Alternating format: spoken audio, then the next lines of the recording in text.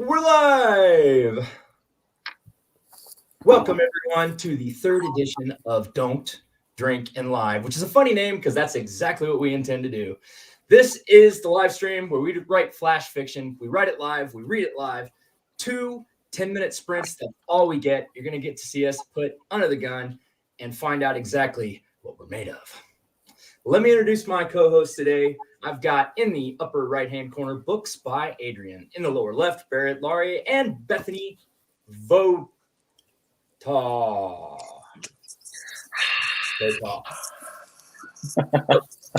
Let's go. Hi.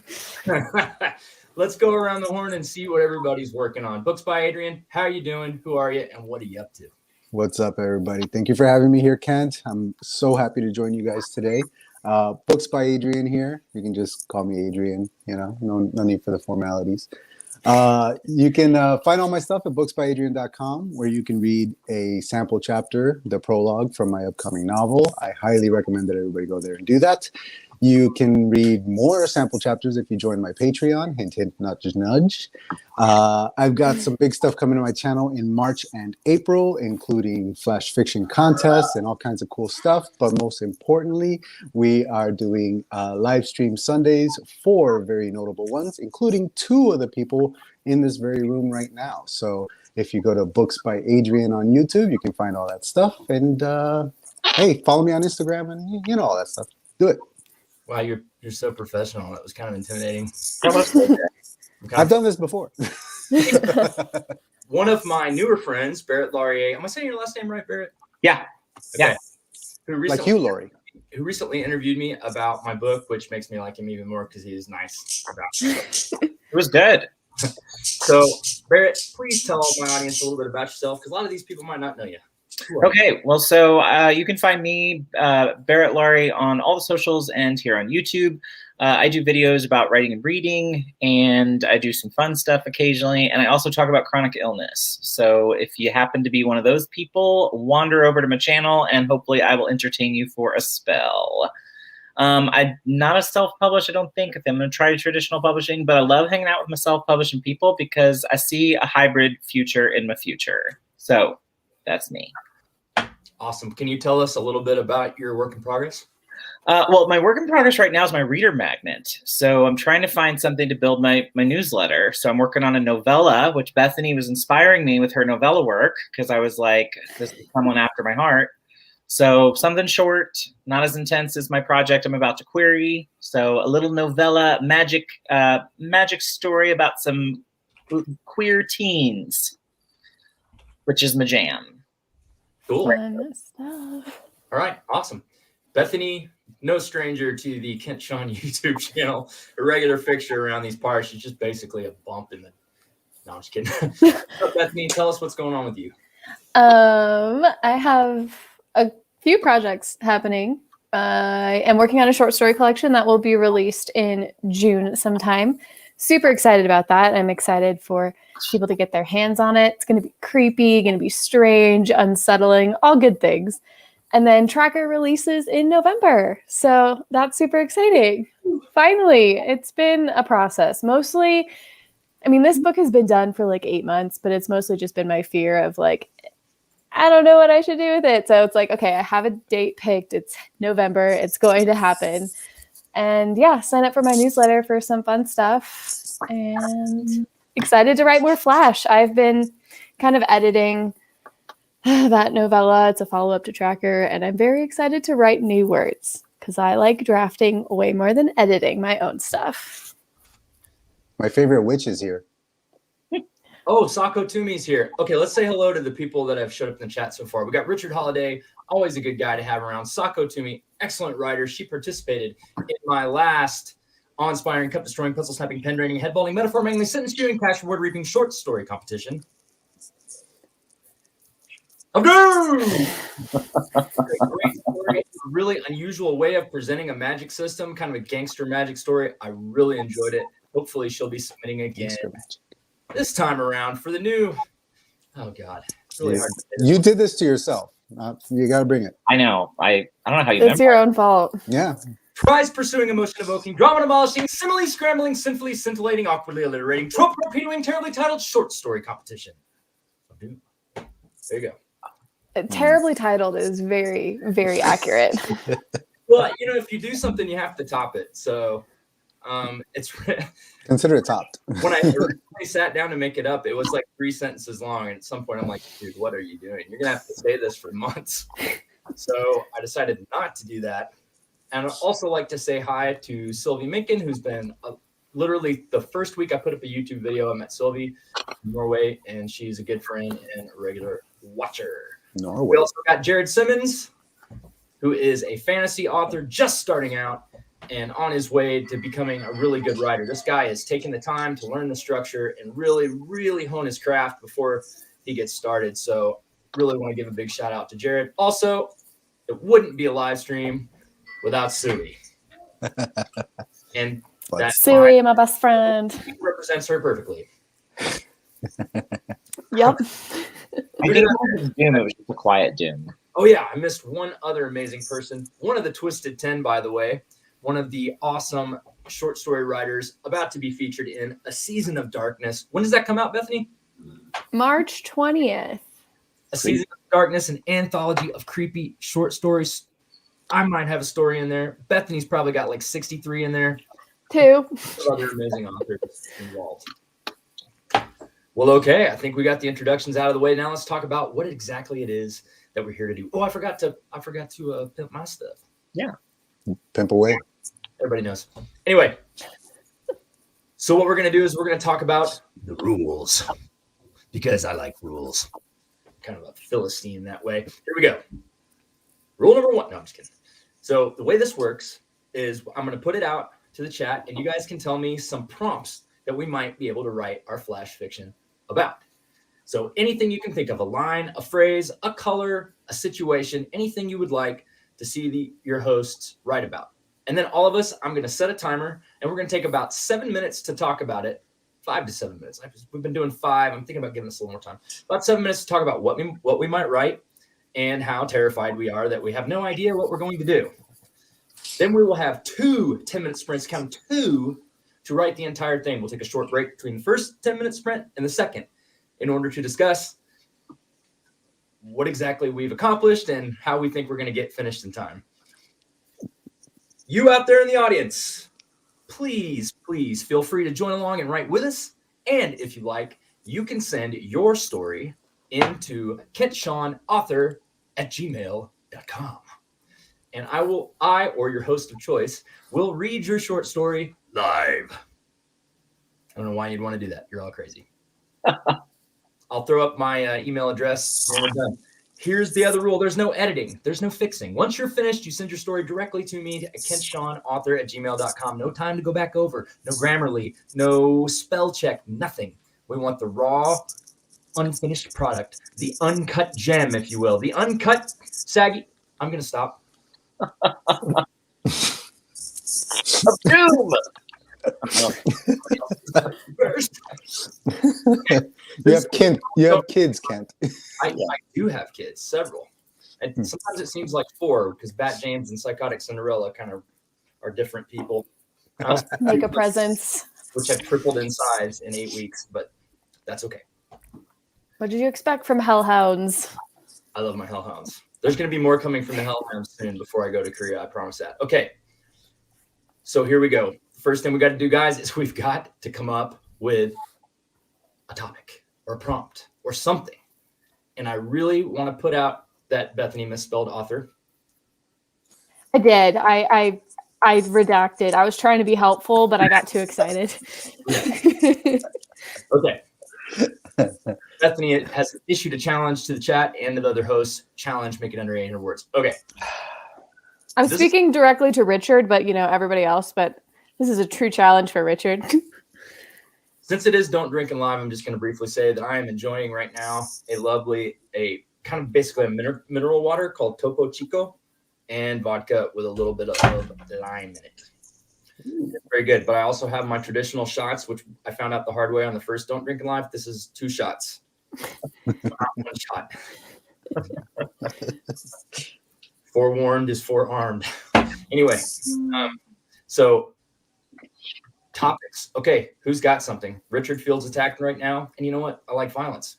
So violence. That's going to be my recommendation. I'm going to go ahead and put it in the chat. My recommendation is violence. I just came up with that off the top of my lovely head. Ballons. Bethany, Oh, okay. I'm getting so excited that I can't type. I was like, balloons, liars, anything like that. Can I don't know. share something with you? I have some Facebook ads running for the short story competition right now. And the other day, on one of the pages, I had 2 letters switched in the word submissions. And a helpful viewer left a comment on my ad saying, whoever wrote this was not a very strong speller. The B is in the wrong place in submissions. I'm like, thank you so much for your help. This message. He told me, hey man, you need to fix it now. No, I would have just told them that it was intentional because it's not submissions, it's submissions.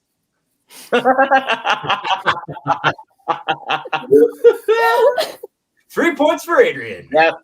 I'm already winning. Already on the board.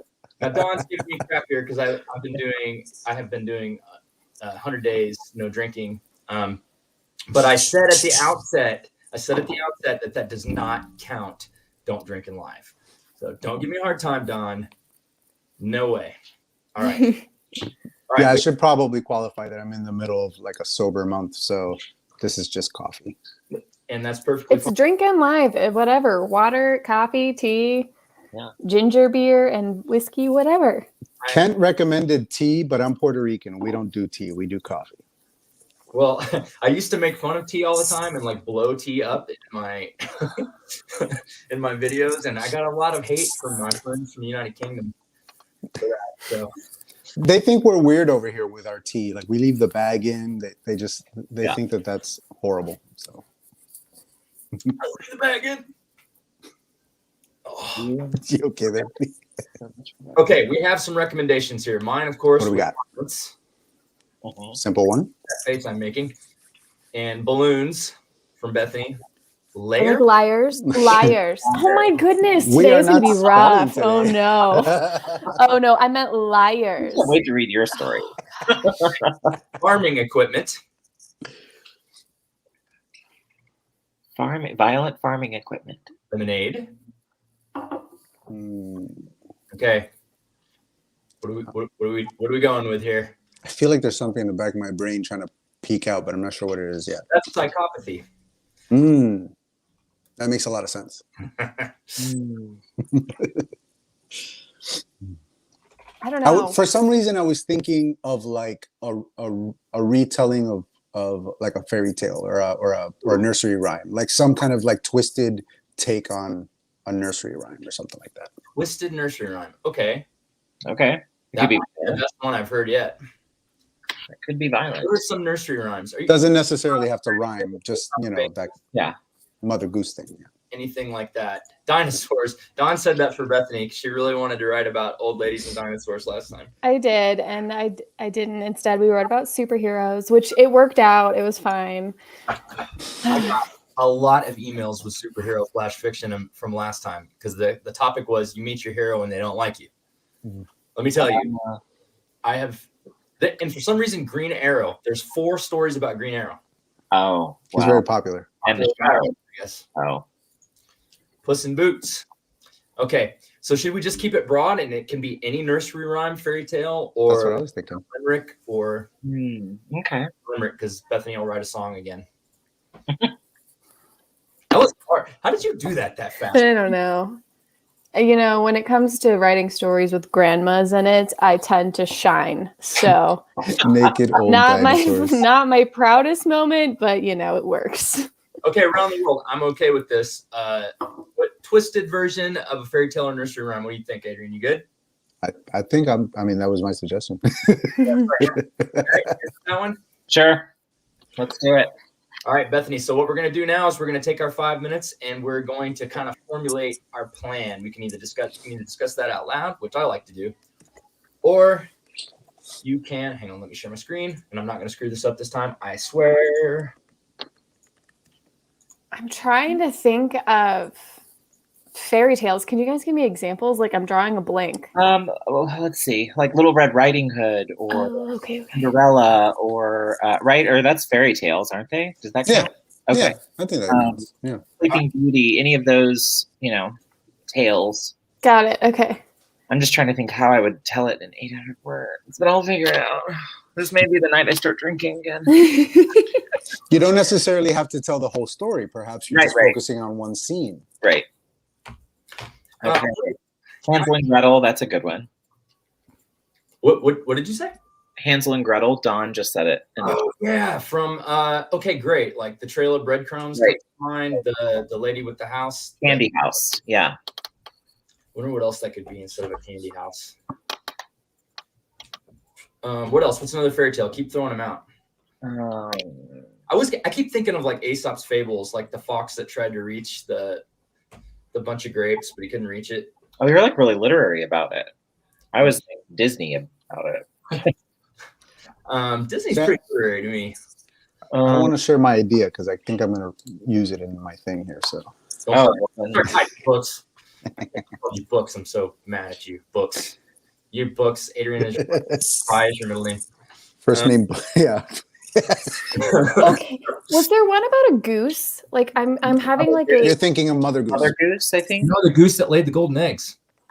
Okay. Jack and the Beanstalk. How about Jack that? and the Beanstalk. That's a good one. I don't know why, but I'm like, geese. We should write about those. Is there going to be an old lady with these? There was. You don't know. I could surprise you. Okay, that timer's going down fast. You know what?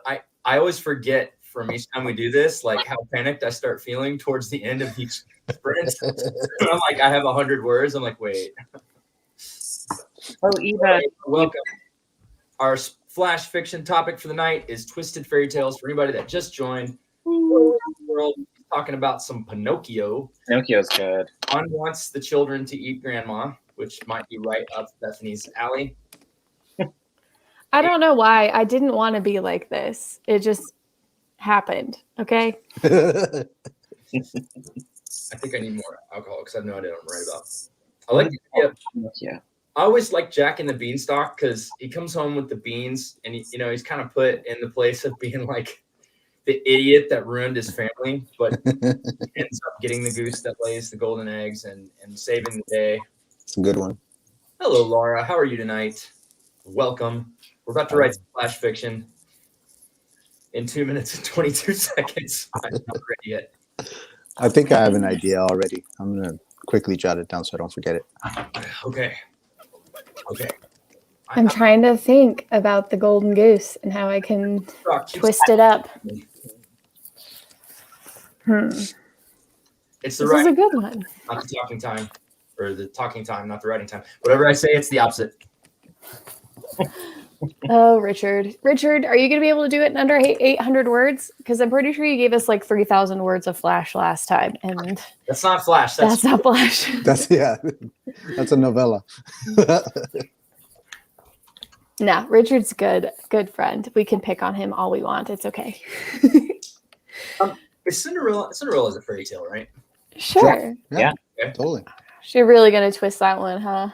Well, the only problem with that one is there's like a lot going on there. There's the stepsisters, there's the evil stepmother, which is a giant permanent trope in literature. And then there's the prince, the party. It's like there's a lot of elements. You'd have to pick one section, the Flash. Like maybe right when she arrives at the ball, or maybe there's something weird about the coach ride. Wow, Laura, that's a good one. Very specific. Oh, finishing that's your short story you're finishing. Okay, I was like, wait a minute, how are you working that into Cinderella? I was a fan of that too. I want to see that. All righty. I don't know why, but the Lovecraft LARP would be a great name for a rock band. But also, it's a really good idea. If you've ever read The Magicians, Laura, by Lev Grossman, that series, there's something very like that happens in that book. All right, I think I'm going to tackle a section of Cinderella, and I don't know which one yet. I'm going to have to kind of discover it as I write. Everybody else got what they're going to do? I believe so. Really? I got Goose. Okay, we're gonna run with that. Goose. In other We'll words, check you have in goose egg. in 10 minutes and we'll see how we're doing. Yeah, but that first 10 minutes is usually like a complete panicked. The first 10 minutes is just you going, "What?" Okay. That's so extra. That's way too much. That's No, that did that, and I may die when it does it after the 10 minutes. Okay. I'm just gonna wait till my heart starts beating again. Any last words? Anyone? Okay. For anybody that just got here that doesn't know, we're gonna do 2 10-minute sprints, only 2. We're gonna take a short break in between and talk about how we're doing, and love to hear from you in the chat as well. Also, we get a second 10-minute sprint, and that's it. Whatever you get to, that's it. Stop. Get those fingers off the keyboard. I'm talking to you, Richard. Do anything else, just send your story to author@gmail.com. I will put it up on the screen when it's time to go. Okay. Hosts, are you ready? ready. I guess. There we go. I just splattered that all over my face, which is swap. Okay. Here we go. Think goose. Think Goose. Meanwhile, I'm being constantly messaged on Facebook by ladies with half of their boobs falling out. Okay, here we go. And go.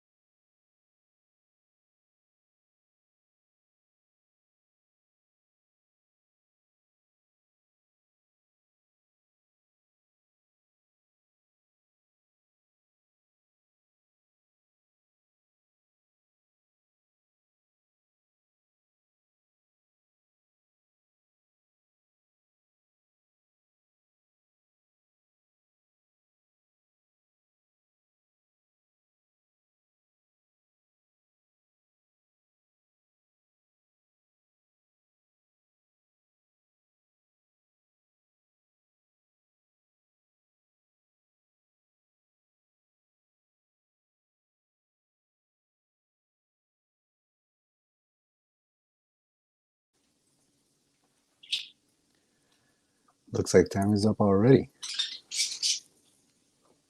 I hate that timer. I don't know why I use it. It was too short. Wow. Okay, how did we do? How did everybody do? Not good? So let's go around the horn. How many words did you get, Adrian? Let's see. That's a good question. My word count is at only 336. Only? I got 183. 150. So go, Adrian. I got 250 something. Okay. It's quantity over quality for me, I feel like right now. Well, as usual, I changed my mind. Like halfway through. I wrote like 100 words and went, I don't like this. I'm going to do something else because, there's plenty of time. So I'm going to have to work quick in the second 10 minutes.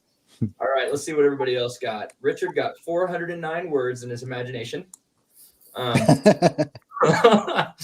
got 88 words. Good.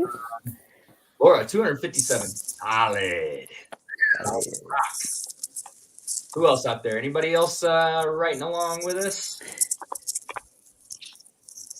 Gotta tame this beast. I feel good with what I wrote. Like, I feel like I have a plan. A loose plan. But I think I know the ending and where we're going. See, I feel like I have a decent idea, but like most of these flash fiction things that we do, I feel like it's an idea for like a bigger story, and so I'm having trouble like condensing it into Flash. I'm like, where is this going? Well, I kind of feel the same way. I have a really good idea that I think would make a really creepy short story. It actually seems like something that Bethany would write, but I'm gonna struggle. Naked old ladies in it. Hey, I could do more. Yes, Ava, we are going to share these tonight. Absolutely. I have a great idea. I question whether I'm going to be able to pound out the words in the next section. I need to get to it very abruptly. I can't set it up the way that I wanted to, but that's okay because it's a challenge, and everybody knows we're all writing this in a hurry. And I think I got really lucky with the last two, so it's time for me to put out a stinker. So here it comes. That's kind of what I was thinking. Oh no. So yeah, No, we're like, yeah, that's good, and I'm like, really? This time, that's not going to happen. So in order okay, to that, I'm going to go on my soapbox for a second. Flash fiction is hard to write. A lot of it is just writing stuff over and over and hoping something sticks. So you know what? You might have something that sticks a little bit, but a rewrite will make it stick better. Flash fiction is short. You shouldn't be spending a ton of time editing. You should just be rewriting. If it's not working, rewrite it. It's 20 minutes. Rewrite it. Anyway, that's my 2 cents. Not bad. Richard wants to know how many English insults you're working in. Well, she was going to do Swahili insults. Oh, yes. Sorry, I forgot. Oh, bollocks, Richard. Bollocks. What a twat. I I don't know what any of that means. I'm so sorry. I just can't figure out how come so many of them can't freaking speak it. Back to your country. Like what? Like aluminium? I saw your Aluminum. Aluminium. Yeah. Okay. Mm-mm. So, what fairy tales did you guys pick, or do you want to keep it a secret? Are you holding on? Ooh. Do we want people to guess which ones we pick, like after we've read them? Well, you're gonna know mine in 3 seconds. Oh. Same. I'm definitely doing Cinderella. Okay,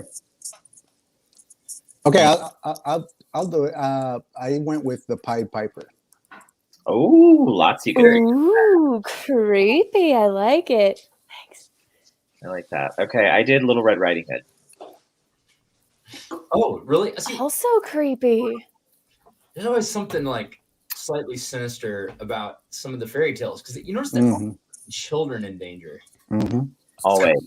That why is that cool? I know. They were cautionary tales for kids, is what they were. Have you guys seen that that commercial for Masterclass where Margaret Atwood. yes, I took her line. It's her line is the first line I used. it was dark inside the Yep, wolf. it was dark inside the wolf. Yeah. That's the first line. Yep. Yo, I heard that line and I got chills. Yeah, when you said fairy tale, intense. I was like, I know the line I'm going to use. I know where I'm going with that. Dope. So, thank you, Margaret Atwood, somewhere. I'm sure she's watching. Cheers, sir. Mine's not horror. To answer Laura's question, no, it does not have to be horror. We just needed to twist up a fairy tale. Now you could read that like Bethany. Anytime you say twisted to Bethany, you get psychopaths and monsters and stuff like that, which is really weird. She's so sweet. I can't wait for you guys to read my short story collection. You will have nightmares. I have had the pleasure of reading her upcoming short story collection. And I can tell you right now, sometimes you open something up to beta read and you're like, okay, I need to set time aside for this. It was one of those things where I just couldn't stop reading it. And I think when I got back to her, I think she's like, already? This is very surprising. Is it horror? Are they horror stories? I honestly, to call them horror stories would be to put them in too small a box. There's a lot of stuff going on there. There's psychological kind of things going on. There's supernatural things going on. And some of them are just little shots, little snapshots of these situations between people where there are things hinted at under the surface. I'm sorry, I'm giving an advertisement for Bethany's story collection. Maybe she would like to Keep going, it's great.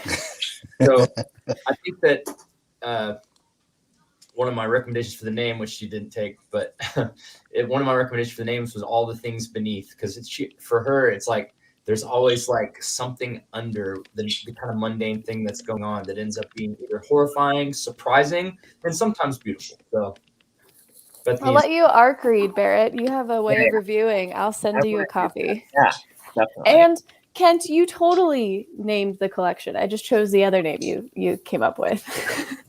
So I don't work hard on names. Do you guys have trouble naming your stuff? Because I don't work hard on names. They just pop out to me. Naming like the stories, like titling the stories? Yes. Depends. For me, my ideas either start with a title, like I'll have a title that pops into my mind and like I have to write this story now, or I'll write the entire story and once I'm done, then I'm like, what am I going to call this thing? And I have to like find like what cool thing from the story I'm going to pull out and title it by. But for the most part, I usually start with a title. How about you, Barrett? It depends. So the story I'm querying, I hate the title, and it's just a title that I'm hoping a publisher will change. So that's never good. But pretty good bet. Now on the novella I'm working on, like Adrian just said, the title came first, and then the story kind of grew out of that. So I don't know. I think it depends. And in the past, it's just dependent. It's super interesting. And I know Bethany struggles. We've talked about it a lot. Titles are hard. Here's the thing. I never stress out about titling. So I just go into it and start writing. Mm-hmm. And then by the end of it, there's a title at the top of it. Half the time I can't even remember like when I decided. Like I don't try to make titles. I let titles make themselves. And then other times, every once in a while, like right now, because I'm planning so far ahead and I'm hiring professionals to work on covers and stuff before books are written.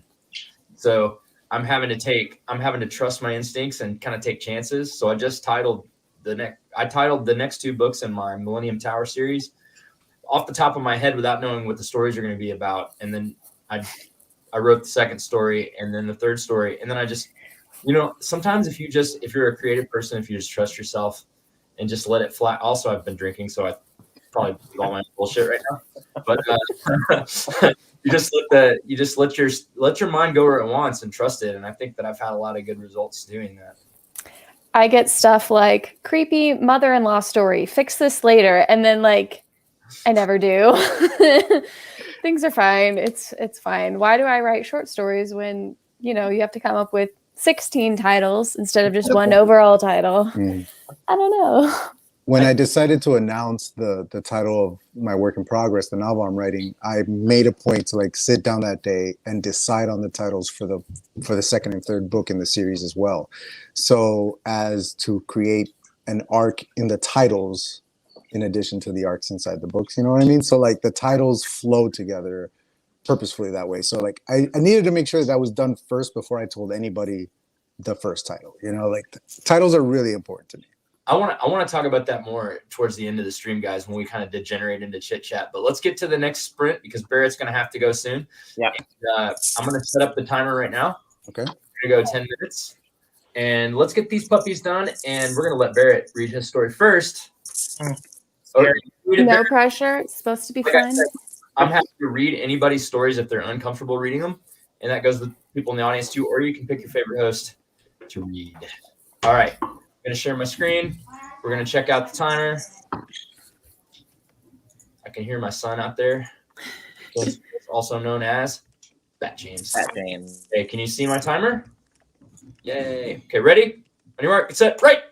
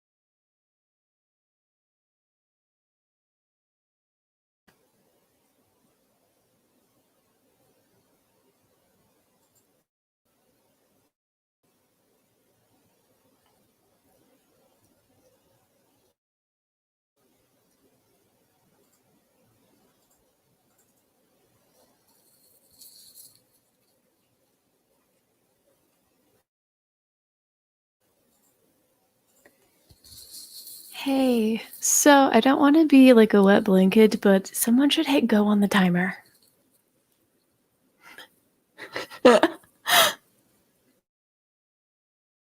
Kent, you had one job.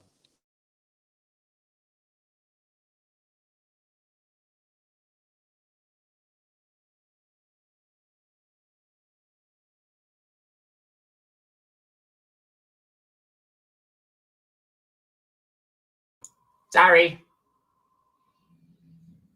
I've been drinking.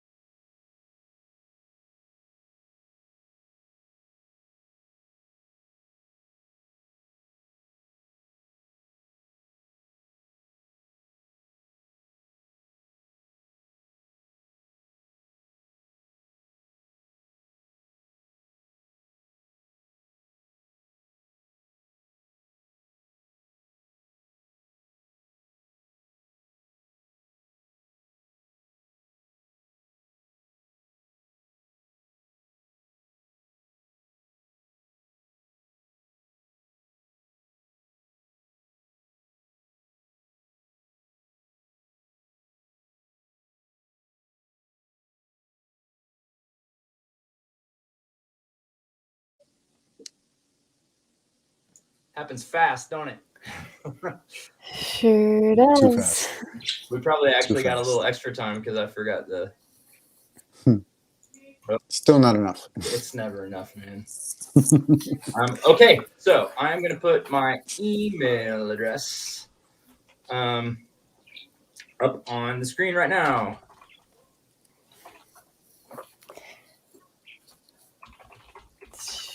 KentSeanAuthor@gmail.com. Gotta get my reading voice ready. Okay, there it is. That's where you send your stories, and we're definitely going to lead off with Barrett because any minute he's going to have to go. I'm already getting stuff. Bethany sent hers in right away. That's a good sport right there. I just want it over with. I don't know what happened. You don't know what happened? What do you mean? She blacked out. Do you want me to send it to you, Ken, so you can read it, or do you want me to read it? Just send it to me so I can put it up on the screen. You can absolutely. Yes. Okay. It's better. I think there's some advantage to reading your own stuff because you kind of correct mistakes as you read. Okay. I'm kidding. Let's see. To KentSeanAuthor@gmail, right? That's it. It's up on the screen, isn't it? KentSeanAuthor@gmail. Yeah, it is. You even spelled it right. How amazing. My spelling while I'm drafting is awful, but I try not to think about it. I try to just keep moving. Same. So, It's hard for me not to think about it because the computer lets you know. So like I always have to go back and fix things. Oh, I turn that function off. I don't want any red lines. I don't want anything distracting me. While I'm drafting, I just keep that off. And then I draft in Scrivener. So basically, I'm just going as hard as I can. I turn everything off. I try to turn off my inner editor completely so that I can just work on the story. I will say this is my worst of the don't drink and live flashes, but not horrible. I had a great idea. It's just too complicated. It's a little too complicated probably to get out in 20 minutes. We don't do caveats. Just read your story and then you can defend it. Don't like set people up to not like it. That's actually a good point. It's a great point. Okay. That's what I'm telling myself anyway. Yeah, that's fair. I realize I don't really actually know what the Golden Goose story is. I was going to ask you, like, what is the original Golden Goose? I mean, I kind of remember. Yeah. No, I don't even think I kind of remember what it's about. I might have accidentally confused it with Jack and the Beanstalk a little bit, but it's okay. It is Jack and the Beanstalk. Oh, perfect. Okay, let's see. I am getting it right now, Brett. Just give me a second. Good. Okay, I was just making sure it's sent. I'm not rushed, by the way. Like, he can talk to them first. It's his brother, so. I'm the in-law. They're not excited about me. I mean, they are, but, you know. I love the in-laws. I'm not the main attraction of the night. Beg to differ. So I missed the Golden Goose. Is it Jack and the Beanstalk? Is that the story? Yeah, so Jack gets the beans. His family tells him he's a piece of crap. And he throws the beans away, but they grow the beanstalk overnight. So he goes with the beanstalk and he explores a giant's house in the clouds because, you know, that's where giants live. And he's climbing around up there and he finds a goose that lays the golden eggs. The golden egg. Steals it from the giant. Giant doesn't like it. Giant chases him. And at some point, the giant falls down the beanstalk and dies. There's variations on that. There's another, it's kind of a morality tale where somebody kills the goose that lays the golden eggs or does something where they're trying to get a lot of eggs all at once and not thinking about the long run. So there's another version of that story out there somewhere. Yeah, there's also variations of the beanstalk story where instead of the golden egg, it's a golden harp that he steals. Oh. That would Well, be I twisted this one like, up. what do you do with an egg? But yeah, I mean. You sell it, I guess. It's gold. Oh, yeah, I guess. I'll read it and you'll get it, but go for it. It's your this you're is time to shine. Are you ready? All right. So I called it Scarlet since I can't name things. Okay. So, and I stole Margaret Atwood's first line. It was dark inside the wolf. Scarlet knew that this was always part of the plan for. What happened? Stomach of the wolf that ate her beloved Nana would be.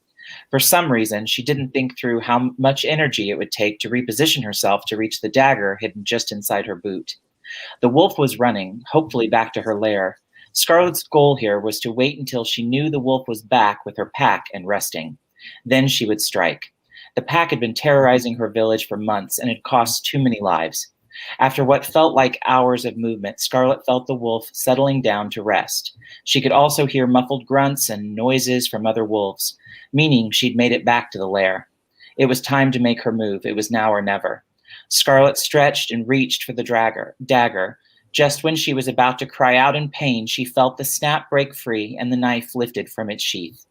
Next, Scarlet brought the blade up to her chest so she could wrap both hands around the handle for better precision. Then she listened for the heartbeat. Once she thought she knew the general direction of the heart, Scarlet jutted the knife deep into the fleshy tissue that she hoped surrounded the wolf's heart.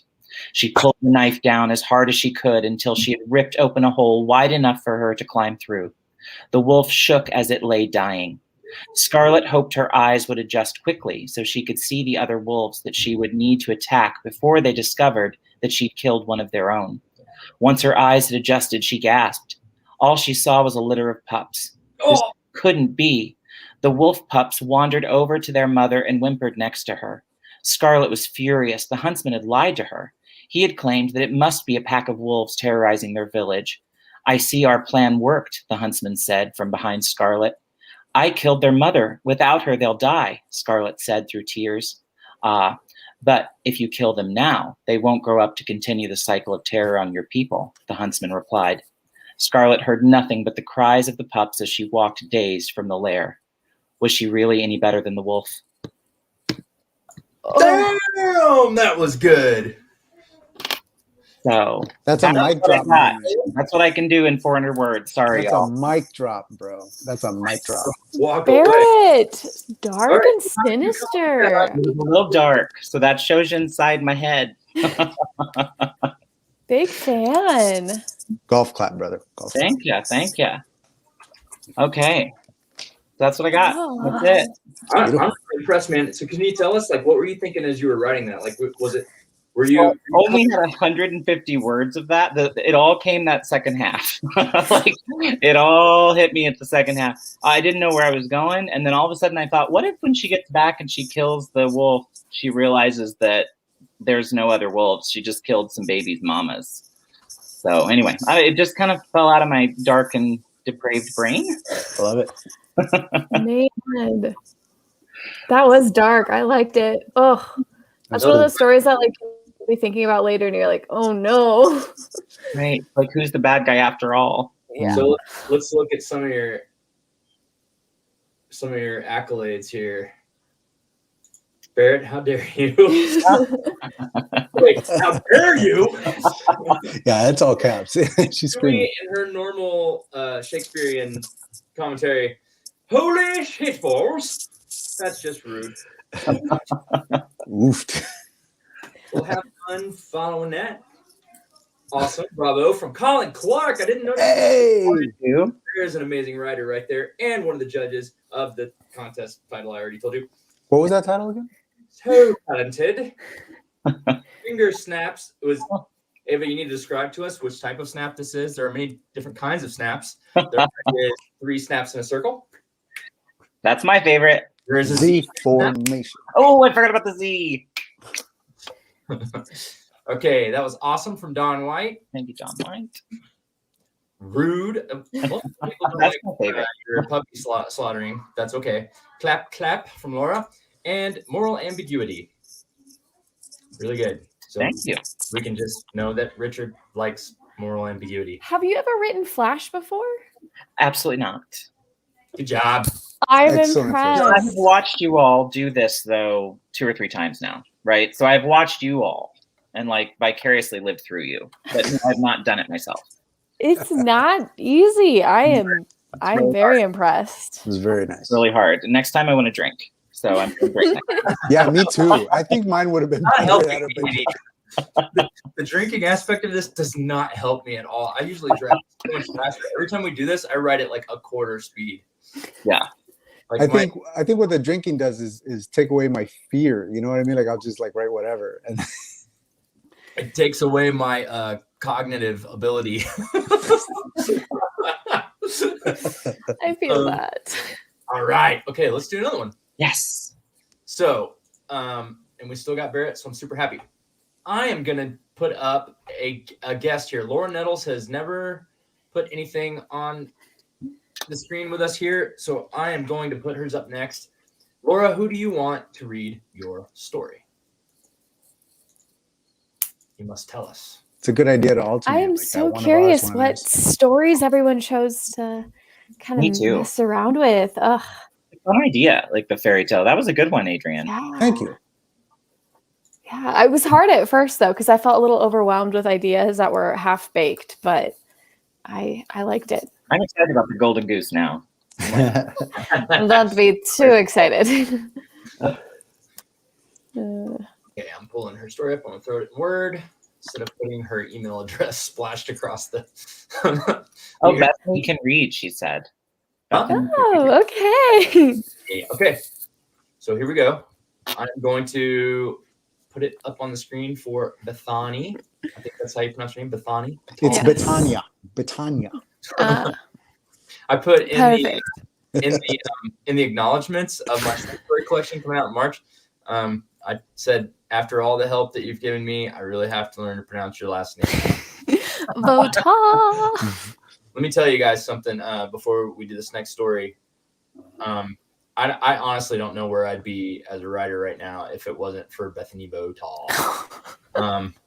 She edited my favorite short story that I've ever written, Lydia, and as I put out ARC reader copies. I stand that story hard. I really need to like get a needle to pop the balloon of my head from all the compliments. And I keep telling everybody that brings it up. I actually was just talking to my friend Hannah Palmer today. She really, really loved Lydia. And I was like, a lot of that credit has got to go to Bethany Votaw because she helped me shape that kind of a very raw story into a much more polished. So beautiful. And it wasn't easy because that story has a complicated climax. And we found a way to make it work. And I honestly couldn't have done it without her. Okay.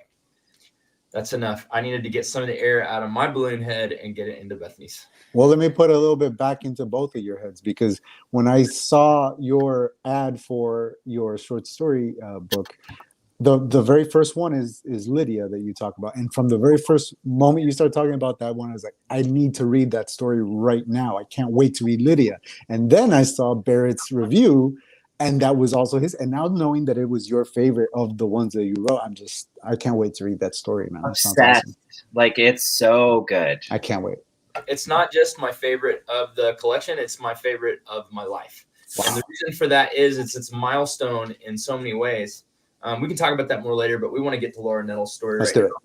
Always at the end, we've just degenerated into chit chat about our whips. And but right now, let's read some flash. Okay, I'm going to put Laura's story up, and we're going to let the super talented Bethany Votaw read and potentially sing if there's a song in it. Oh, man. I will spare you all. Okay, here we go. I'm not going to screw this up. I didn't screw it up. Nice.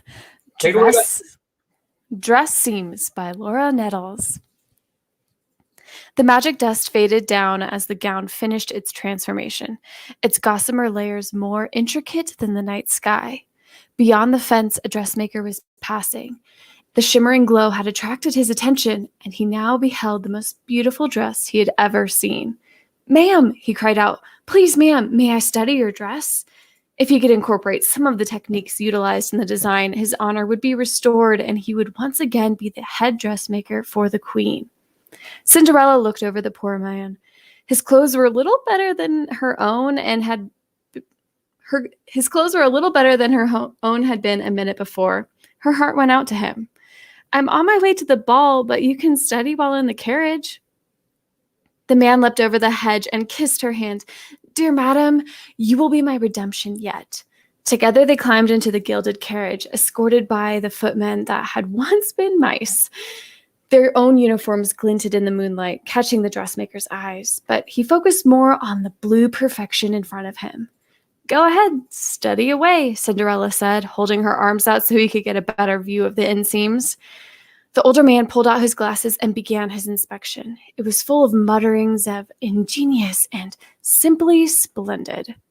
Large wheels creaked over the cobblestone road leading to the magnificent castle. There were not many other carriages, but the local peasants not invited to the ball gawked in awe. They tried to crowd the carriage to make it stop, its glittering jewels just asking to be taken. But the coach driver was wise beyond his transformed brain and ran them over instead to protect his charge. Bump, bump, bump. Cinderella and the dressmaker paid the abnormally bumpy road no mind. They were rounding the corner to the long drive up the castle gates when the dressmaker found it. The hem stitch and pinning held together by magic, irreplaceable by human arts. There was no possible way for him to reproduce this dress without an unsightly scene for all to see. His hopes were dashed. My dear, it has been a pleasure to study your dress and all of its intricacies. I now see that I was never meant to be able to construct such a design. I will never be able to compete with your fairy godmother. It was a doomed endeavor from the start. The queen will never want second best. He kissed her hand once again and hung himself from the carriage door. Oh my goodness, Laura! Good grief, I woman. love it. Dude, Laura, oh my goodness, that had layers to it. onto the scene. Obsessed. That was awesome, man. Laura, the That layers, like That last line. a redemption. We were getting some hope, and then you brought us right into the Got it. nope. Yep, got it. The matter of fact way that she like wrote that last line, like, and he hung himself from it. It's like, whoa. I know. Oh, Goodness, Laura. brutal. Props to Laura. Yeah, Laura. That's dark. I like it. Let me answer a quick question. Just Ava. We don't want to be confused with all the other Avas. Just this one. This story of mine, Lydia, is going to be in my short story collection that's coming out March 1st. It'll be on Amazon. It's actually available for pre-order everywhere right now. But let me tell you something, Ava. If you go to kentshawn.com and sign up for my newsletter, you'll get an email and you'll get the book for free. And anybody else that wants to get a hold of the short story collection, I'm giving it away for free for anybody that joins my newsletter. Just hop on there. It's available in all formats, and you can have it. And you can read Lydia, edited by the amazing Bethany Votaw. Votaw. And lots of compliments here. And then I had fun. You know what? Thanks for having the freaking guts to knock something out and put it up, because that is the kind of thing that separates the wins from the winners. Totally. In 20 minutes, too. 20 minutes. The dreamers from the doers. You can definitely buy a copy with cash money. That's going to be up for 99 cents to review. I love her. Okay. My St. Louis neighbor. She lives in my area. I Aw. actually thought there was a lot of good prose, and I tend to write very stark for these because it's so quick. Yeah, I me too. don't put much art on what I'm writing. I don't even have any dialogue in mind. Ooh, interesting. Quite the opposite of mine. Well, now you've got my interest there, Adrian. Okay. Well, now that's who's going next then. Ah, damn it. I should have kept my mouth shut. Okay. I'm pulling Adrian's up now. Talk amongst yourselves. So I guess since I'm going next, my only, and this is not a caveat or anything, just an explanation that in the second sprint, I rewrote the entire thing. So it's very short. It's only 360 words. It's like, That's great. That's Flash. I hated the first version and I redid the whole thing. So that's why it's so short. That's crazy. That's crazy cool. Like, I'm scared of that. That's amazing. I'm scared of it too. 10 minutes. You did it in 10 minutes. Yeah. See, the thing is, when I'm normally drafting, I write way faster than this. As soon as we do this, it just slows to a crawl. It's the pressure of the timer and people watching. And it's just, yeah. I'm going to double space this for you, Adrian. So it's you're too kind. because I would go blind trying to do this. One might say blind spot. I do want to talk to you guys about some stuff after this because, like, I've had all these Me too. self-publishing as I started to work with self-publishing professionals, and I've learned so much in the last month that I've had to continually rework my plans based off of what all these industry professionals are telling me that I've started working with. So, and Barrett, you've been adopted. Oh, yes. No, but you kind of already had. Okay, I just want to say my next bill is ridiculous, Eva. So hold on tight for that. Barrett is the newest addition to the tribe, and we're so happy to have him, man, because he's just awesome. I mean, let me give a little, throw a little awesomeness at Barrett here, because the way I really started paying attention to him is I saw a review of his with DL Stewart, and I was, for once, not at work at that time of the day, and I got to jump on and interact with him. I'm like, God, this guy reviews like he's like a professional at bringing things out of an author, and DL is not necessarily a talker. So you really got a lot out of him, and instantaneously I was like, man, if I was going to have somebody interview me, this is what I'd want it to be. Oh, I had a blast with you, Kent. We're going to do it again for sure. And Bethany, when yours comes out, and Adrian, all of you. I mean, hey, I love to talk to people about their writing. So come find me. You are a very talented interviewer. That would be like a really great step in for me as an author to be chatting with you. And I know that just focused on his interviewing skills, that piece of Flash was legit, and he doesn't even write Flash. So there's definitely writer talent there as well. And hopefully we'll be getting to see something out of Barrett pretty soon for his reader magnet. Yes. To get that done. Yeah. How long do you think that's going to be, Barrett? 2 months. I don't know. Give me 2 months. I only want to do 25,000 words, and then I just want to edit it before I put it out to the world. 2 months. Are you going to write it 63 times? No. But I'm slow. That's why I love that traditional publishing model of once every year, sit in my tower and send something out once a year. Honestly, whatever works for you. Crazy. Now, I used to write a book a year, but now it's like I would go crazy if I could only think about one story for that long. I don't know. I think it's the Virgo perfectionist in me. I'm on the 7th draft of the novel that I'm sending out to agents for the first time. So, and that's like, it'll change 7 more times before it gets published. Yeah, it happens. And shout out to Aphrodite Lee, another author tuber who's always putting stuff out, always putting out good content, and she just cracks me up. Me too. To her talk. All right, here we go. It's time. Books by Adrian. It's time to read the Flash. Here we go. Yes. If I must, then I must. I'll go next. Okay, let me share my screen. Find your awesome story here. I think that's it's a little premature, but okay. My name is The Piper. Dude, the fact that you took time to write by Adrian Santiago is just really impressive to me. Okay, is that big enough for you to read, Adrian, or do I need to kind of blow it up a little bit for you? I've got it on my screen as well, so don't even worry about it. As long as folks can read it at home, that's all good for me. Okay, so my name is Pip the Piper by Adrian Santiago. My name is Pip. It was given to me by my father, as was my gift. You see, my father is a great and powerful wizard who has created our castle home and the garden-like castle town below it. He had vanquished all of his enemies and now only creates life. I'm the youngest of his creations. My gift is the gift of song. My instrument of choice is the flute. And I wish for nothing more than to honor my father and bring smiles to his face. But my father's rise to power has brought something he didn't anticipate. He's become distressed as of late. His paranoia grows. He continues to alienate himself from us, and I miss him terribly. Today, I formed an idea for a gift to lift his spirits. I'll gather all my brothers and sisters, and we'll show him our love and devotion with song and dance and merriment. Little did I know that as we marched from the bottom of the garden up to the throne room, to the tune of my flute, my father's paranoia was overpowering him and fueling his rage. As we entered the throne room, he blasted me with his magic, singling me out as a traitor who had corrupted his children in a plot to overthrow him. He banished me from the paradise he had created. As I left the throne room, broken and sad, I decided to give my father a taste of his own medicine. I played the tune that was in my heart at that moment, a haunting lullaby that entranced my siblings.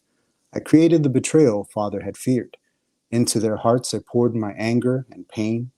They erupted into violence, killing each other killing themselves, destroying the garden he had created. By the time I'd reached the castle town walls, I looked back and locked eyes with my father in the tower. His eyes welled with tears and his head hung low. Those of my siblings that survived followed me out, leaving father alone with nothing and going out into the open world they'd never known to spread their violence and hatred in the name of our father and his banished son, Pip the Piper. Dang, Nailed it. Ooh, that's very prodigal son start finish. Oh, I kind of like, well, I thought of Pied Piper, and then I thought of the whole story of Lucifer, the angel of light, and his fall, and I just kind of... Sorry. I've been writing about Lucifer a lot.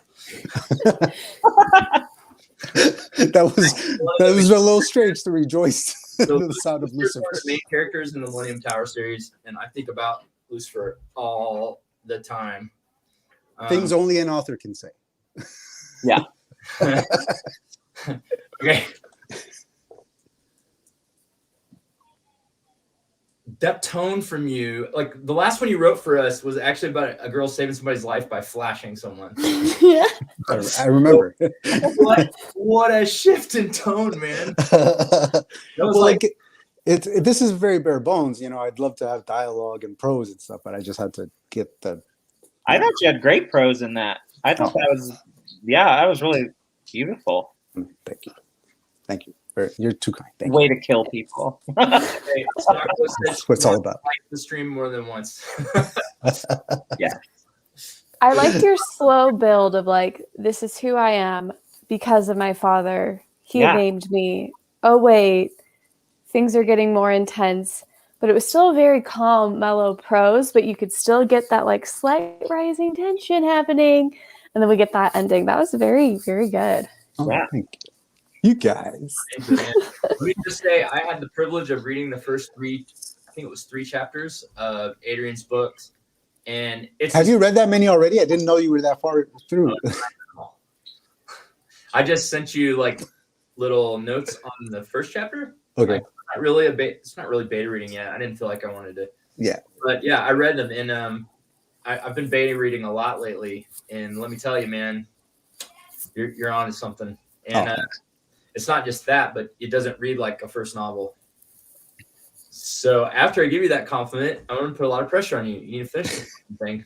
Yeah. My first draft should be done by the end of March, so I'm getting close. All right. See, that's news. One of the things, and I think one of the best things that groups of writers that hang out together can do for each other is to make them finish. Put that pressure on. Yeah. Accountability. Yes. So, legitimately, it's one of the things that I'm always hard on my friends about. When they say, "Oh, I'll be done about this time," I'm like, "Are you? Are you going to be done? Okay, send it to me that day." Or So harsh. Oh no. I'll have it that day at noon. If they don't finish, they get an email from me going, "Where's my manuscript, man?" It's true. Like Kent and I were talking a little bit about like some publishing plans. He's like, I wrote down your dates, so you better finish at that time. And I was like, oh, okay, for sure. Well, and I think that something Hannah Palmer says, I keep bringing her up, but I'm a huge fan of her right now. I read her number 47 and was blown away with how good it is. And go check it out. It's a thriller. I promise you can barely put the thing down. It's so good. I never go to bed past my bedtime, and I was up past my bedtime. So it reminds me of Gillian Flynn's Gone Girl, a bit of American Psycho, and even a little bit of Stephen King's Misery. It's like a combination, a wonderful mashup of those things. And I've never read a novel where you ride inside one person's head that was that engaging. And I can't say enough good things about her. And that's just her first novel. The sky is the freaking limit for Hannah. The reason I bring her up is because she says she likes to make her deadlines public. She tells everybody when she's going to be done, and it holds her feet to the fire. Yeah. So, who's next? Should we go back to the audience for an audience one, or should we go to Beth? Yeah. Okay, let's go to the audience. We're going to go to the audience. Yeah, alternating it seems nice. And then, Bethany can ring it home as the queen of flash fiction. Yes. Still got Kent's to get It's through. really short. And it's almost a poem. So we're going to go to Sue's. Oh, Suey, one of my favorite people in the world.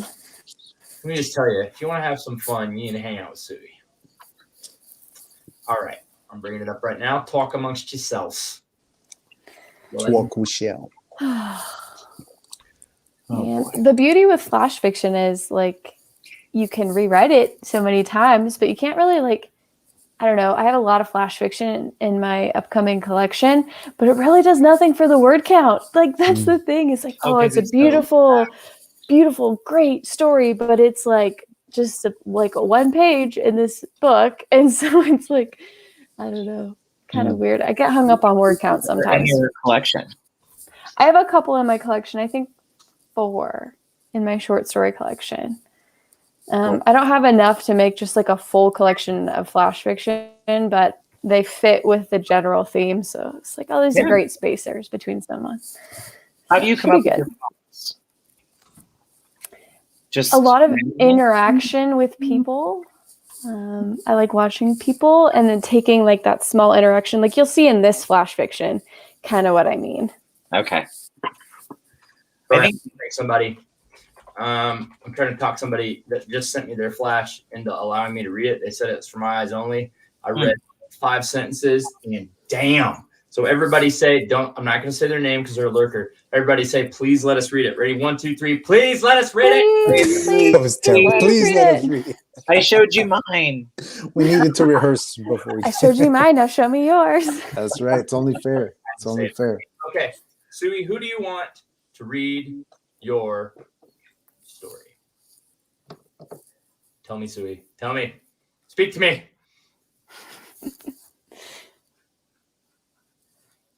The chat is a little bit behind. It's always a little lag. All right. Here we go. And this will only take like 2 seconds. So here we go. Let's see. That's it. You please, Kent. Me? Yes, with voices. Okay, let me. Just in case you didn't know, I was wearing a flash shirt. I saw the flash shirt, man. Oh, that's very like perfect for today. So I get teased a lot that I dress like Sheldon from Big Bang Theory because I wear superhero shirts all the time. Under flannel. I'm a comic book dork. Yeah. So the flannel thing is actually, I didn't wear flannel before YouTube. Okay, we'll save that story. Let's read soon. But there's a story. There's a flannel story. If you look at my YouTube videos, you're gonna see a lot of flannel, which is weird because I don't wear flannel. Okay, here we go. Princess in the Tower. Born into captivity, the princess with the golden tresses longed to be free. She wished for a man to call her own and to see her family free. The cost of her captivity, a bowl of salad, was almost too much to bear. The only way in or out is for someone to climb her hair. One day, a fine young man riding a big white horse went riding by. A familiar tune caught his ear. He turned to see the tower, thinking he was high. She lowered her locks, and as he began to climb, it snapped off at the roots. Her golden rope and her Prince Charming fell to a pile of goo on the rocks. She looked down with a frown, unable to get down. Sweet.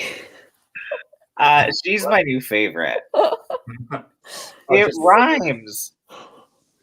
Whoa. Suey, oh my gosh. They rhymes, y'all. When murder rhymes. Oh. That was dope. Was that murder or was that? No, I don't even know what to call that. Eva, y'all are monsters. Involuntary manslaughter. Where's Flash, Ava? You gotta bring it if you want to decide. You gotta bring it. Okay. So I think it's like a super giant challenge to write anything that rhymes, and I don't like doing it, which is weird because I've written a bunch of songs. But they don't even usually rhyme. I like look for tricks to get out of rhyming. Do you guys have you guys ever written any poetry? Any of you? I used to write songs in high school. I played in like punk rock bands and stuff like that. But yeah, nothing particularly good that I was ever very proud of. That's great. Wow, she wrote that on the second timer only too, y'all. Yeah, man, that's bananas. Oh my gosh. That was good. Suey. That was really good. Wait, and when the second timer started the second time, that means you did it in 5 minutes. So Ava, this is a new thing. We started it off. It was kind of the brainchild. Actually, I don't know why. I think Hannah and Bethany were streaming and we're like, what if we just all got hammered from Flash live? I don't know if it was my idea. Usually most bad things are.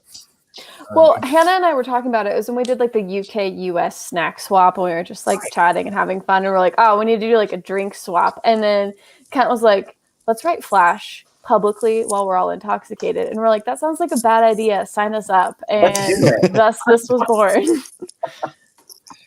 Probably a horrible idea. I'm in. That tracks. Ava writes poetry. I always think I think it's really easy to write shitty poetry. I think it's incredibly difficult to write good poetry. I mean, I've tried my hand at a line or two. I said, roses are red, violets are blues. Will you still respect me if I wear underoos? But that's about as far as I've gotten. Writes the deep philosophical sort and the corny sort. So I always think of corny poetry as like, you ever go on Instagram and type hashtag poet or hashtag poetry, and you will be assaulted by many cubic yards of poetry. The lines going, I loved him. He didn't love me back. I'm with Richard. I'm great at shitty poetry. That would be me. I'm with Richard. I'm going to sit with him on this one. I used to write some poetry. What kind of poetry did you guys write? If you wrote poetry, tell me about it in the chat. We'll talk about it. I've had the honor of editing a friend's poetry book, but it read like flash fiction. Just the lines are broken up to force pauses in the reader. Oh, wow. So if that makes any sense. So it was very enjoyable that way. But so I use some poetry elements in my writing. I'm a huge fan of incremental repetition, and I don't know where I got into it. Hemmingway. But, maybe. But I started, sometimes when I'm writing, I will finish a paragraph and then write a little line in italics that I'm not sure what it means. I did that in Lydia. And the line was, I am, I think. I had no idea what that meant. I had no plan. It just, I remember, like, I think, therefore I am. And I'm like, nah, flip it. I am, I think. And then I'm like, I just let it lie in every few sentences, every few paragraphs. So I just put it in again. And then the editing process, I figured out what it was. But I love using an incremental repetition, which is probably more of a poet's tool than a commercial fiction author. But you used it in Something Missing too, and it did a very similar thing, but in a very different way. It's funny how the same tool could evoke different feelings. What did I? The stupid fly! Oh my gosh, I loved Something Missing. Like, Lydia will always have a special place in my heart, but Something Missing, really, that was something special. All right. I mean, sorry for your nightmares, Barrett. Barrett didn't like the board with the nails. I'm just like, what a horrific way to die. Like, don't watch The Walking Dead. That's my advice to you, Barrett. Okay. If you can't handle it. Okay. Now that I've forgotten everything I wrote, I'm going to read mine. And honestly, I don't even remember what I wrote at this point. Good. So this is exactly the time to read it. Don't expect much. This was a tough one for me. Stop qualifying. But you know what? I had fun doing it, so who cares? That's what matters. I think this may become a short story, to be honest with you, because I want to see if I can figure out how to make it work. Didn't do it this time. I think I want to do that with mine too. I want to turn it into a short story. Dude, yours felt like the prologue to a big story. Yeah? Adrian? Yeah. Interesting. To me. I want to keep mine the same. I don't want to do anything more. The goose sits as the goose sits. The goose. You do that a lot, don't you, Bethany? Like, you'll throw a piece of flash up, and if it didn't work for you, you just like, and you move on. I have lots of ideas. Okay. Wish I had time to fix this thing, but all right, here we go. I'm bringing it up. I'm sharing the screen, and I do not feel good about it. You know, usually I am annoyingly confident in everything I do, and I am terrified right now. I don't think this is good. Hey, don't forget to take the comment off the screen so you're not blocking Barrett's face right there. You know what? Legit. I have to find where she is. Okay, there she is. All right. Now, where's my word? Where my word at, y'all? Where my words at? That's Sui's. Do you remember just like 6 months ago, you didn't know how to do the whole share screen and streaming stuff? And now look at you. Look at him go. Oh, that was like 6 weeks ago. Okay. Here we go. Are you ready? Bring it. Don't lose the slippers, Cindy. The crone said. The loose flesh at her throat wiggled as she spoke, sending ugly chills up Cindy's back.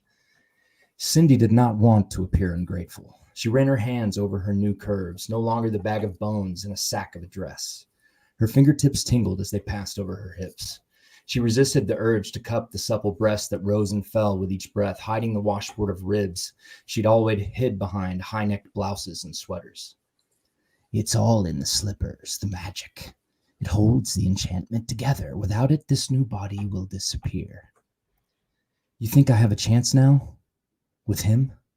She twirled in front of the mirror, enraptured. She tried a pouty look and shuddered at the effect. Her heart-shaped face wasn't only sexy, it was every sticky, sensual promise. Of course she had a chance. With him, with anyone.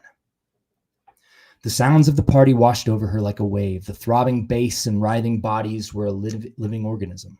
A pagan orgy of exposed flesh, body heat, and desire. She floated through the press towards the stage where he danced behind the rack of turntables and laptops. His shirt was off and his mocha skin glistened, almost golden as the lights played across him. His movements and the music were wedded like a heartbeat. Men's eyes were on her as she fought her way to the stage. His eyes found her. He beckoned to her. She fought her way forward, sweaty limbs glancing off her. Dancing feet grazed her shins and tripped her up. The music surged, the climax of the song pounding through the crowd, whipping them to a religious frenzy. Cindy's bare foot hit the ground. Someone had stepped on the heel of her slipper and it was gone. Her heart seized in her chest. It's all in the slippers, the magic. It holds the enchantment together. Without it, this new body will disappear. She dropped to the floor, heart smashing at stroke tempo. The slipper danced away from her reach. She tried to scuttle after it, but the hand that reached for it was gone. Her arm ended in a stump. She tried to cry out, but all that came was a wail. She reached into her mouth with her remaining hand, and her tongue was gone. The crowd parted. Women screamed. Cindy reached out, fingers gone, one leg gone below the thigh. Someone vomited noisily. The remains of Cindy's lovely new body inched along, desperate to reach the slipper. No one moved an inch to help her. She met the eyes of her paramour. The disgust there gutted her. Then her eyes dissolved, and all was darkness. Oh, sinister. All right, man. Two things about that. Awesome. Two things about that. Number one, the idea that wearing the slippers or that the enchantment changes her physical appearance actually makes the fairy tale make sense when the prince doesn't know that it's Right. her.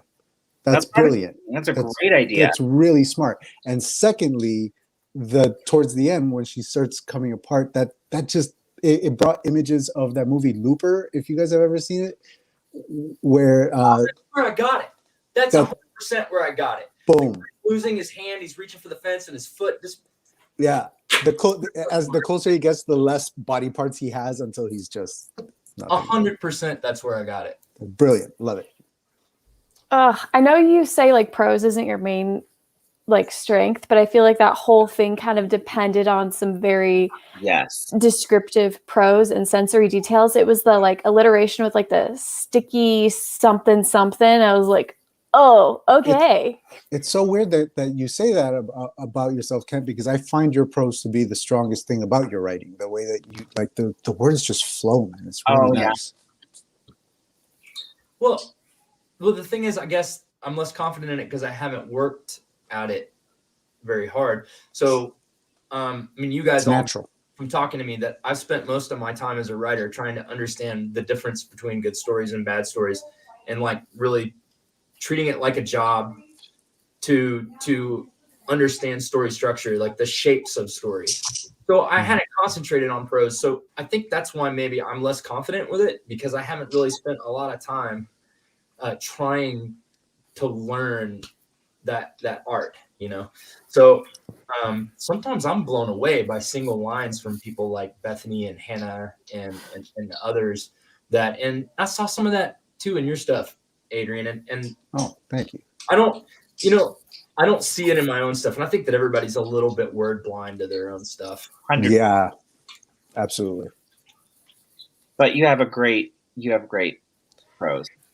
And if you truly haven't worked on it as hard as your other, talents in writing, then I can only imagine what you will unleash if you do, put in more effort into it, because it's already just beyond what I or a lot of other writers write. I mean, it's just, But awesome. it's already improved so much. Like reading stuff from like a year ago to now, it's improved dramatically. I mean, like your plot stuff is always going to be there, like always, like you have that down, obviously, but like it's very clear that your prose is coming so much more naturally and easier to you.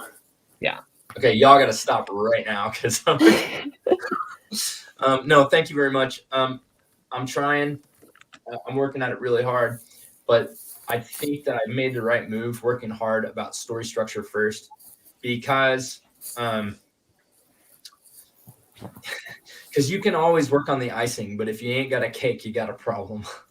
Yeah. If people want to know what happens next, sometimes they'll forgive maybe not the best prose. And I think some people spend too much time in their early parts of their career trying to make all of their stuff sound perfect. And I think that you're better off making sure people want to know what happens next. Did Kent take his shirt off or turn red? Okay, that's a weird question. Although I'm sure I've got shirtless pictures on my Instagram somewhere. Anyway, I don't know why you'd want to see that. Anyway, I'm laughing at Adrian and Colin. the little chat there. Yeah. Colin's my homeboy. Too early, y'all. Bedtime stuff. So I don't even remember what getting high is like, because I've been in the Army for over 17 years. So literally no idea. High school Kent probably knows, but I don't know. Okay, well, that was sick. And the other thing is that I'll say real quick before I'll do my turn to puff up your ego a little bit. But I don't know many people who can not only write it, but then have like the animation to like read it and like have the voices and I can't wait to hear your audiobook for your short stories, just because I enjoy you're so animated and you do characters really well. Like the cadence is there. Yeah. But like cool dad stuff happening, like I would have loved to have been your kid and have you reading to me, like read me a story. So actually, speaking of reading to kids, I'm super stoked. So my daughter got the Chronicles of Narnia, which is the first books I can remember reading. I think I was like 5 or 6 when I was at that level of reading. And I'm going to read these to her. And great stories. I can't wait. That's what made me a fantasy freak. So, yeah.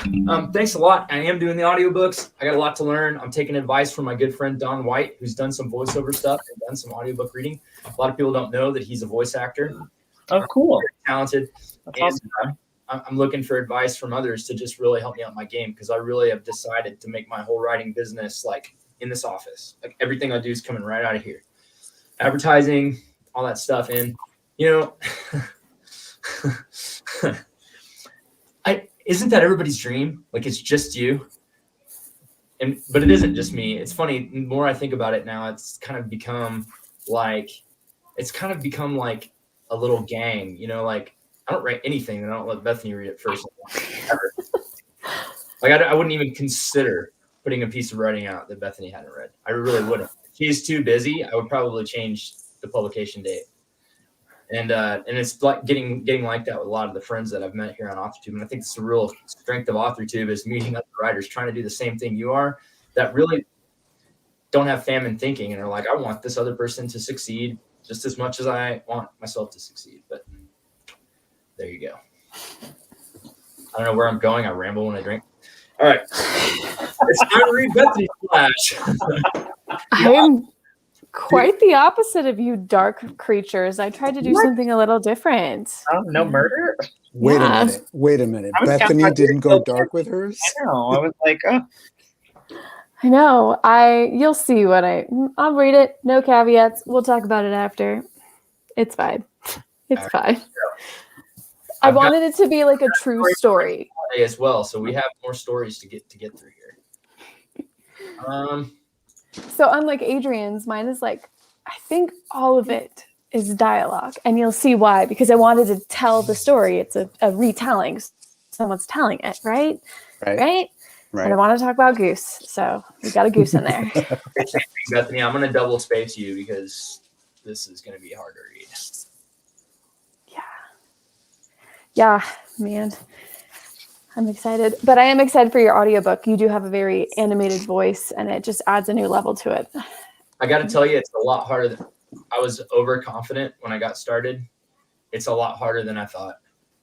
I'm still working out my like the workflow of getting it done, and I've had to restart a lot. So I'm actually starting all the way over tomorrow with Evil Grows in the Dark. So here we go. Okay, let's check out some Bethany Votaw. Can't wait. My daughter walks around. This is one of the weirder ones. Votaw.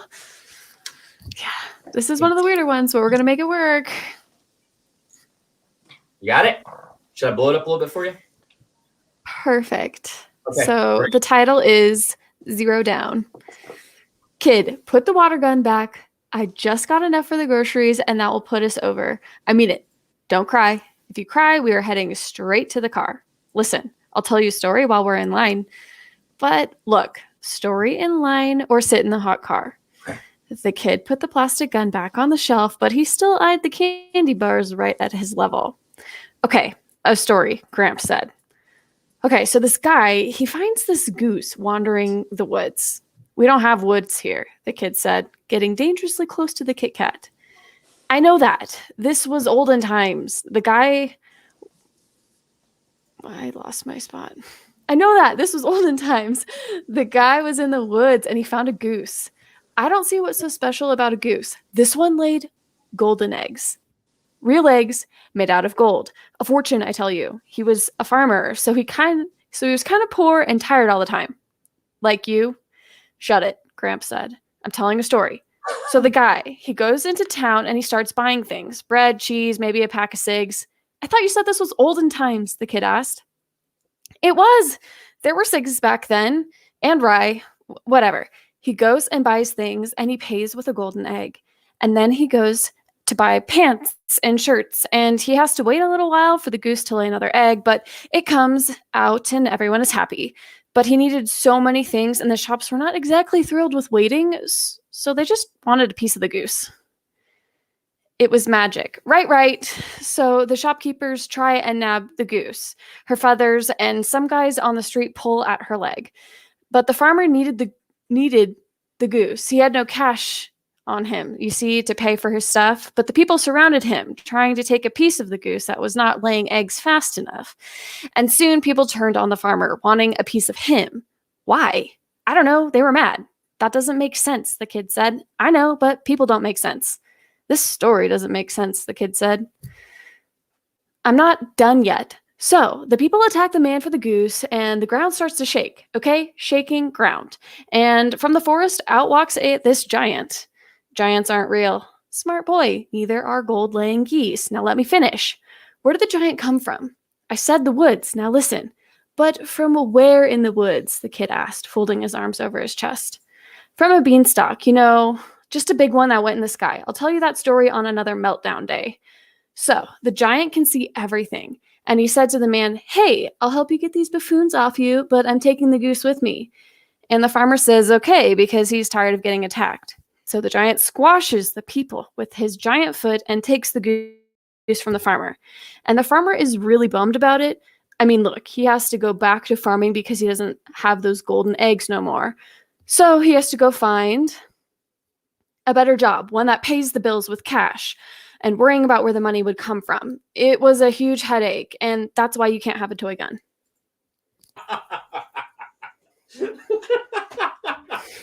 I knew where that was going. I gotta tell you, I knew the whole time. Oh, man, I don't know. Great. Dude, because I've done it. I wanted to do like a twist on a fairy tale of like, I imagine these fairy tales are born out of like telling stories to kids or around a campfire. And Barrett was asking earlier, where do you get these ideas? And I get ideas from real life and real people. And so like seeing someone try and make their kid just chill in a checkout grocery. But then you've got the other layer of like, why is the kid with his grandpa? Why are they strapped for money? He's a farmer. What's going on with that? And so that's kind of where it was born, I think. I don't know. I'm with Colin on that one. I'm a grandpa too. I was in that story like, yeah. So I start telling my kids stories and they'll go, Dad, this is going to be like one of the long ones. Oh, man. Shut up and listen. Sometimes they get into it, but other times they're like, I was going to go play my iPad. Thanks, but no thanks. So it's kind of funny because you were sweating that one, Bethany, and that was hilarious. Yeah, it was funny. The voice of the grandpa really, really rang true with me. Like that sounded like someone I'd know. Yeah. You know what I mean? Every time the kid interrupted with, but that doesn't sound like I was just like, shut up, kid. I think certain plot points are hard for me, and then authentic dialogue. So I kind of wanted to stretch my limit and like, here's a very short story. It was 600 words, all with dialogue. We got no setting, nothing else. It was just a story. So it was a fun little exercise, and I think that's half the reason of Flash. And I really didn't know the story of the goose, so I was hoping I was kind of on the mark with that. It's a great flow for dialogue. Like it takes me a while to write dialogue that fits like that. That was good. She's got It's easier with just two people. This is really more comfortable for me to pump other people up, so I'm going to do it. Bethany has a way of capturing little moments between characters, and she does it in a lot of short fiction, a lot of Flash, where I've had the privilege to read a lot of it. So she has this way of capturing little moments of people doing things that you might almost consider mundane, and that you find yourself incredibly entertained by it. And I think it's because when she writes dialogue, it rings true. And I think when it kind of vibrates at the same resonance of a memory that you have inside you, I think that we all want to hear that, and it's never boring to hear something that is real. And that's how you can write about monsters and aliens and spaceships and drug using, psychic, incredible people, but it can ring true. And that's where you can find the truth in the lie in fiction. Thanks. I think Kent reads like almost everything, kind of like you said, everything comes through me. Everything of my stuff goes through him. But I think one of the beauties with prose is like less is more. Like I keep going back to that short story, My Brother, where we just we'll talk about something for one line and we'll move on. And I want the reader to fill in the gaps, because chances are a lot of people have experienced some of the things that I'm writing about. I mean, like one of my stories is about a grandma slowly losing her mind and needing care. I think a lot of people have experience with that, but I like to put like a little line in there, move on, and just let the reader fill in the gaps with their own experience. And then it just kind of helps them connect with the story better. Yeah. So the story in question that she's talking about was particularly brilliant and particularly hard to pull off. And I think you were on the fence about whether to go forward with it, weren't you, Bethany? Which one? The elderly lady who's kind of losing her marbles in the house and no one's helping her. Yeah. Which was, I believe, my response, if I don't remember incorrectly, is you have to make this work. Yeah. Because it was the what she had kind of exposed through her writing was so brilliant and so rare, a story that you don't get to hear these stories very often. I always tease her about writing about grannies, but I do a lot. I don't know why. but it's good, and all of us are going to be grannies and grandpas at some point. Some of us sooner than others, and although Richard thinks I have Dorian Gray's mirror in here, I'm not a young fella, so it is a fact, and you want it. I think it's important to have empathy with people in that stage of their life, and to do everything you can in your community to make that stage be beautiful. So she hit on a nerve of loneliness and like end of life. Like, you know, all of us are destined to kind of lose our marbles and to not be able to really see the world the way that we used to. And she nailed that in such a way. It was amazing. And gosh, I don't want to ruin your story. I'm going to shut up, but just leave it at this. If you go read her collection, if you only read one story in it, I think you should definitely start with that one, because it's not just good and fun and entertaining. Like, it'll make you think. And I think that that's an amazing kind of treat in fiction. And he didn't say the title because I don't have one yet. Well, I got all kinds of ideas for your title. Working on it. Oh, Sounds great. I can't wait. I'm excited to send you the book. So when is it going? So when's it out? It's out end of June 2020. June 2021? Yeah, whatever year we're in. It's all blurred. Whatever year we're in. So yeah, another piece of flash fiction here from a fellow named Richard Holiday. Ooh, Richard. I've stayed an hour past because I'm like sucked in. Like, yeah, that's what, you know, we he's still talking. He's held in twice to me, so I'm like, keep going, I'll be there. Barrett, we grow on you like a fungus. Yeah, it's great. Even with steel wool, you can't get us off. You guys are fun guys. Bethany identifies. That was good. I appreciate I that. identify as meat popsicle, so don't call me a guy. Fungi. I'm coming up with a pronoun for meat popsicle. Scattered marbles. Oh, this chat. Y'all got a lively chat.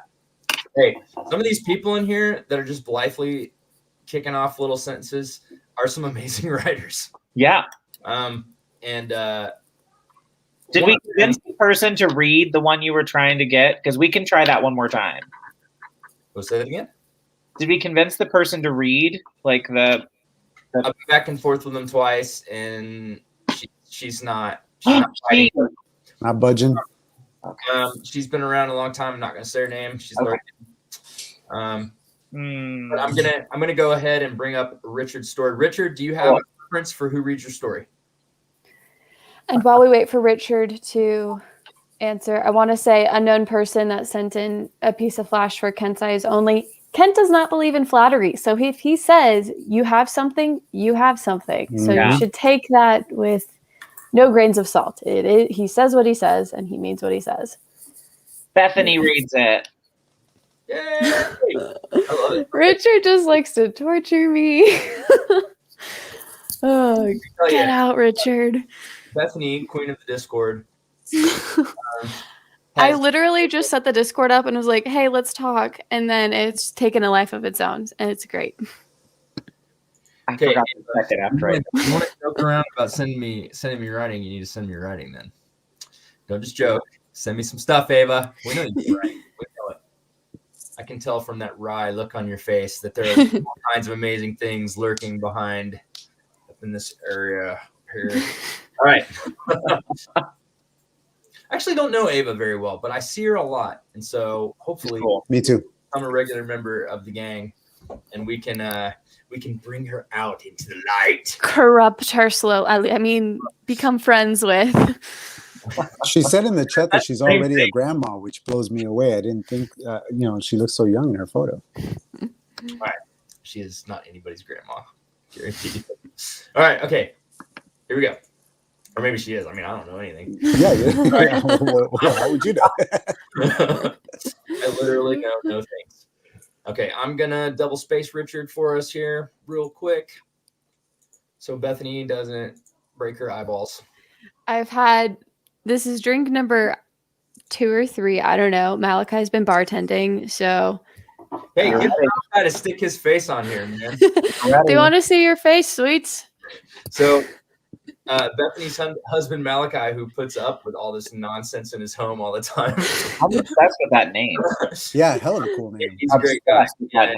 He is a physical therapist. Does he have a specialty, Bethany? Not yet. He's still really new. He's very new. He's getting in there. He works with kids. He's an awesome dude.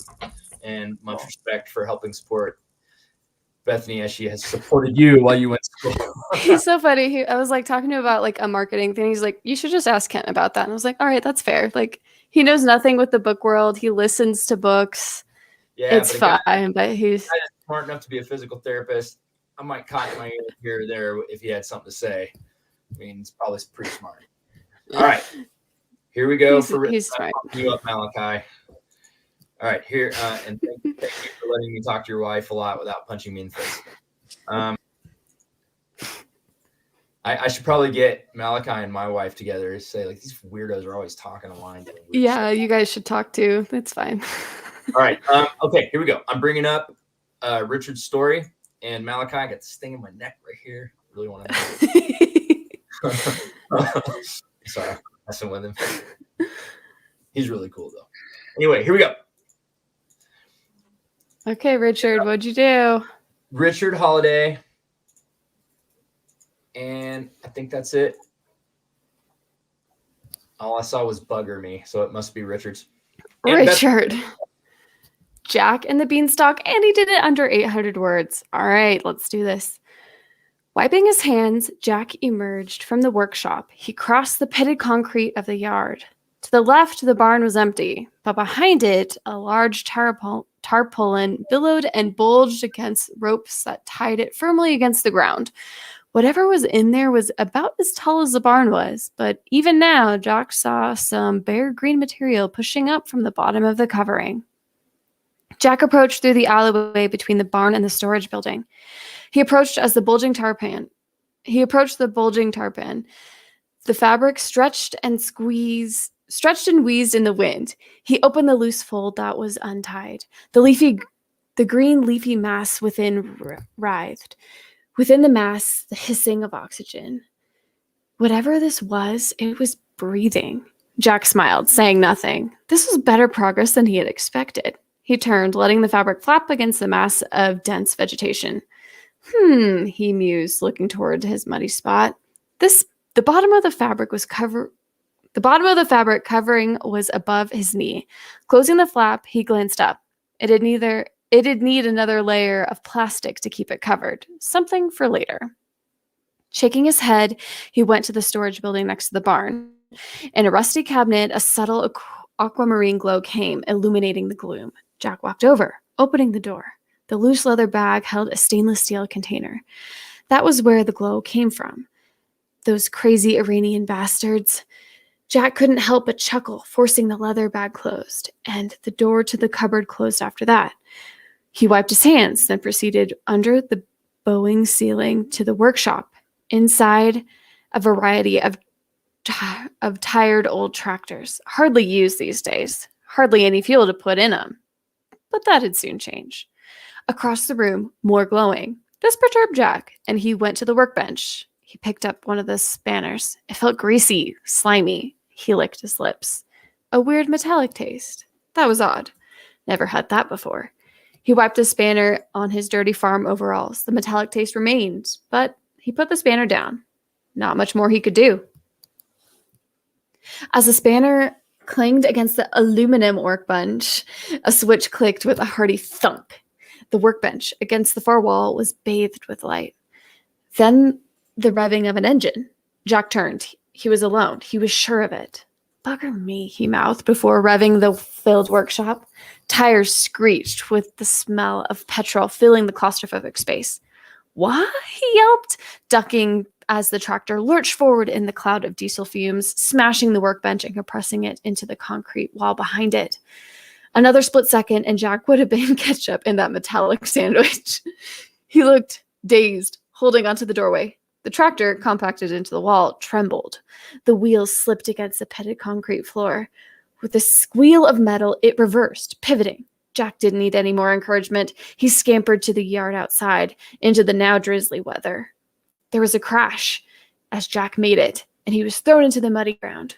Was it thunder, he thought? Then glanced where the workshop door was. Used to be. Now a smashed hole beckoned, with the two burning filaments of the tractor's headlights gazing from the maw of the ruins of the workshop door. He scrabbled, and the engine revved in front of him, tumbling. Not knowing where to go, Jack splashed through a puddle. He went back in the alleyway between the storage building and barn. He nearly tripped as the concrete pad abruptly ended. Then the grass squelched, though it was mostly a great brown, muddy morass. Ow, he swore, hitting something solid that he wasn't expecting. The revving of the engine seemed distant. Good, that'll do. Except now, the bottom of the tarpaulin cover was 10 feet off the ground. The rope dangled like wet hair. Jack tried to back off, but couldn't. Something was holding his arm. He tensed his muscle. It wouldn't move. The big green plant-like mass had him. The revving found him, accompanied by the metallic tinkling. No, Jack wheezed. He turned as much as he could, just enough to see the tractor, its smashed front embellished with the wide blades of the thresher, and it came toward him in a cloud of fumes. No, no, no, he screamed. Then the darkness fell. He would become compost for the beast he had created. Oh, Richard, very Frankenstein. Oh, love. Loving it, man. I don't know if you guys saw in the chat how we all like supported him by telling him I to loved it. stop talking. Oh, Richard, that was great. That was awesome. I wasn't sure where we were going, but I liked where we ended up. Yeah, I was actually kind of in the dark, like through the first third. I'm like, I don't know what he's doing. And then I'm like, I got you, bro. Good job, Richard. It was awesome. Oh, I'm rereading the chat. Everyone was so sweet. Shh, we're listening. Hush, Richard. That's cute. I have some pieces of Flash that we haven't read yet in my inbox and zero permission to read them live. So, hey, it's a step That's in all the right. right direction. Yeah, that's okay. there's not even 16 viewers. So some people sent me an email and left. They got scared. It happens. Yeah. Okay, so if any of you lurkers want to give us permission to read your Flash, we'd be happy to. So now, after this wonderful, wow, another great. That was good. I didn't have the expectation. I just thought this was going to be our little gang fooling around. But I got to tell you, like, some really interesting things have come out of this.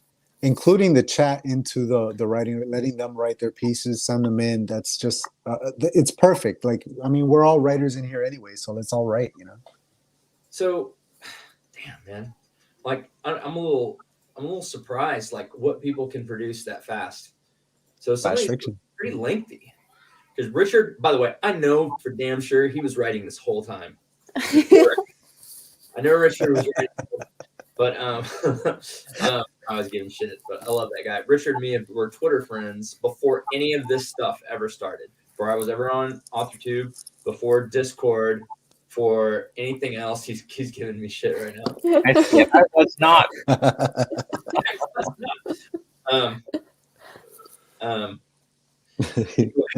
He's yelling at you. So I'd just like to toast to everybody with the freaking guts to get on here and throw your stuff out in front of other people. And just in case you weren't nervous enough, these videos have gotten hundreds of views every time. So somebody's coming on and watching this crap later on. So now all of your Flash will be conserved for posterity. To the bravery of writers. Yeah, here. We're here. Does anybody in the chat have any questions for any of these wonderful authors as we toast to you, the audience, and to ourselves, the host, and to the wonderful thing and weightlifting for writers that is short fiction? So I toast all of you right now. You're all amazing. Thank you for coming. Toast. If you have any questions, throw them in the chat, and we'll answer them right now. Here we go. I have a question for Barrett. Oh, yes. So, this was your first soiree into flash fiction. Do you think you'll write more? Yes. Yes, I will definitely come back and do it. It's fun. I like the pressure. Like, I'm somebody who struggles from anxiety, but this was good fun anxiety. So Good. And I want people to know flash fiction it's allowed to be bad. Like, I wish you could see some of my flash fiction where it's like, Bethany, what were you thinking? But that's okay, because we get gems out of that and then can rework it. It's a great practice. Oh, that makes me so happy. I love flash fiction. I think a lot of people discount it because it's so short and it doesn't feel like much. But you had a complete story. It was compelling. You entertained your audience for the, 2 or 3 minutes it took for you to read it. That's talent. To hold someone's attention with a story that short, not easy to do. Yeah. listen, it's fun. Like I kept watching this and thinking, like, I don't know who would do this. Like, like you would write and send it up to be read in 20 minutes. I thought you'd have to be half in the bag, and here we are. So, but no, I would do this again in a second. This was a blast. What's interesting about the whole flash fiction thing is to piggyback off of your point, Bethany, where people kind of dismiss it. I probably was guilty of that in the past myself, because my first question is, well, what do you do with it afterwards?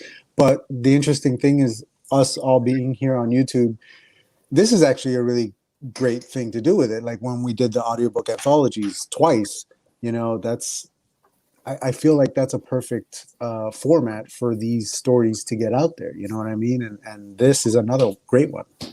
A big shout out to Orla Hart, who's actually the author, administrator, and orchestrator of the AUTHORTUBE audiobook anthology, which I was really happy to come around.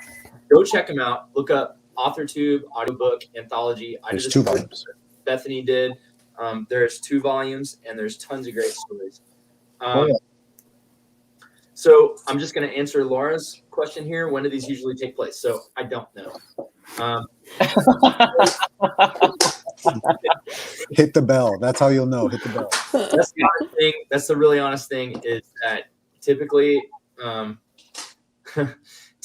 yes, Laura actually was in these anthologies, if I'm not mistaken.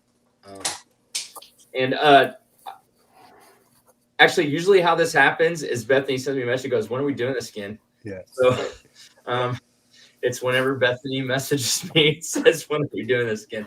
Yeah, it's literally just like my weekends. Yesterday, right? Sorry. That's kind of how it is. I'm like, weekends are filling up. Are we going to do this weekend or not? Like, what's happening? Because I know we both have been really busy with some ongoing projects. However, I was itching to write some flash fiction. So I'm going to keep doing it.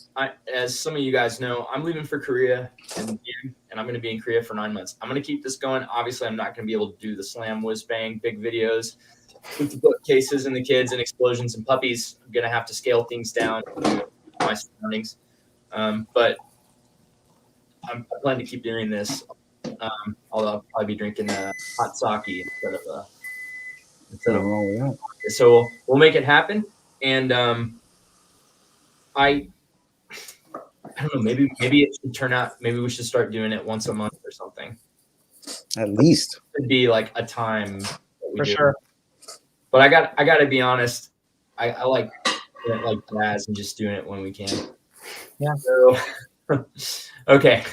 I have so much I want to say, but I don't want to like ruin the subject and what we've done here. So I'm going to leave it up to the audience. If you guys have any questions for these authors, collaborators, and hosts here, let's have them right now. Otherwise, I'm going to wrap it up in a couple minutes. I do have a couple of things I want to talk about real quick for those that are going to watch this in the future. And one of those is submissions are open for the short story competition of Doom, second annual of the same name. Well, different name, long, unpronounceable name.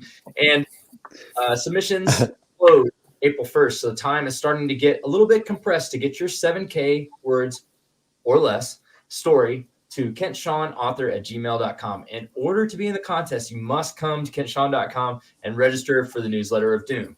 That way I can send you information on contests, giveaways, free books, and what's going on with some of these people right here. So one of the things I'm going to feature in my newsletter are upcoming independent releases, as well as traditionally published releases by the authors that are featured occasionally on this channel.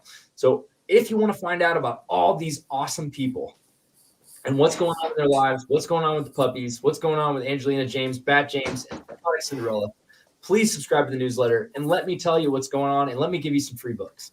That's all I'm asking. So all you have to do is send me your email and tell me where to send your free stuff.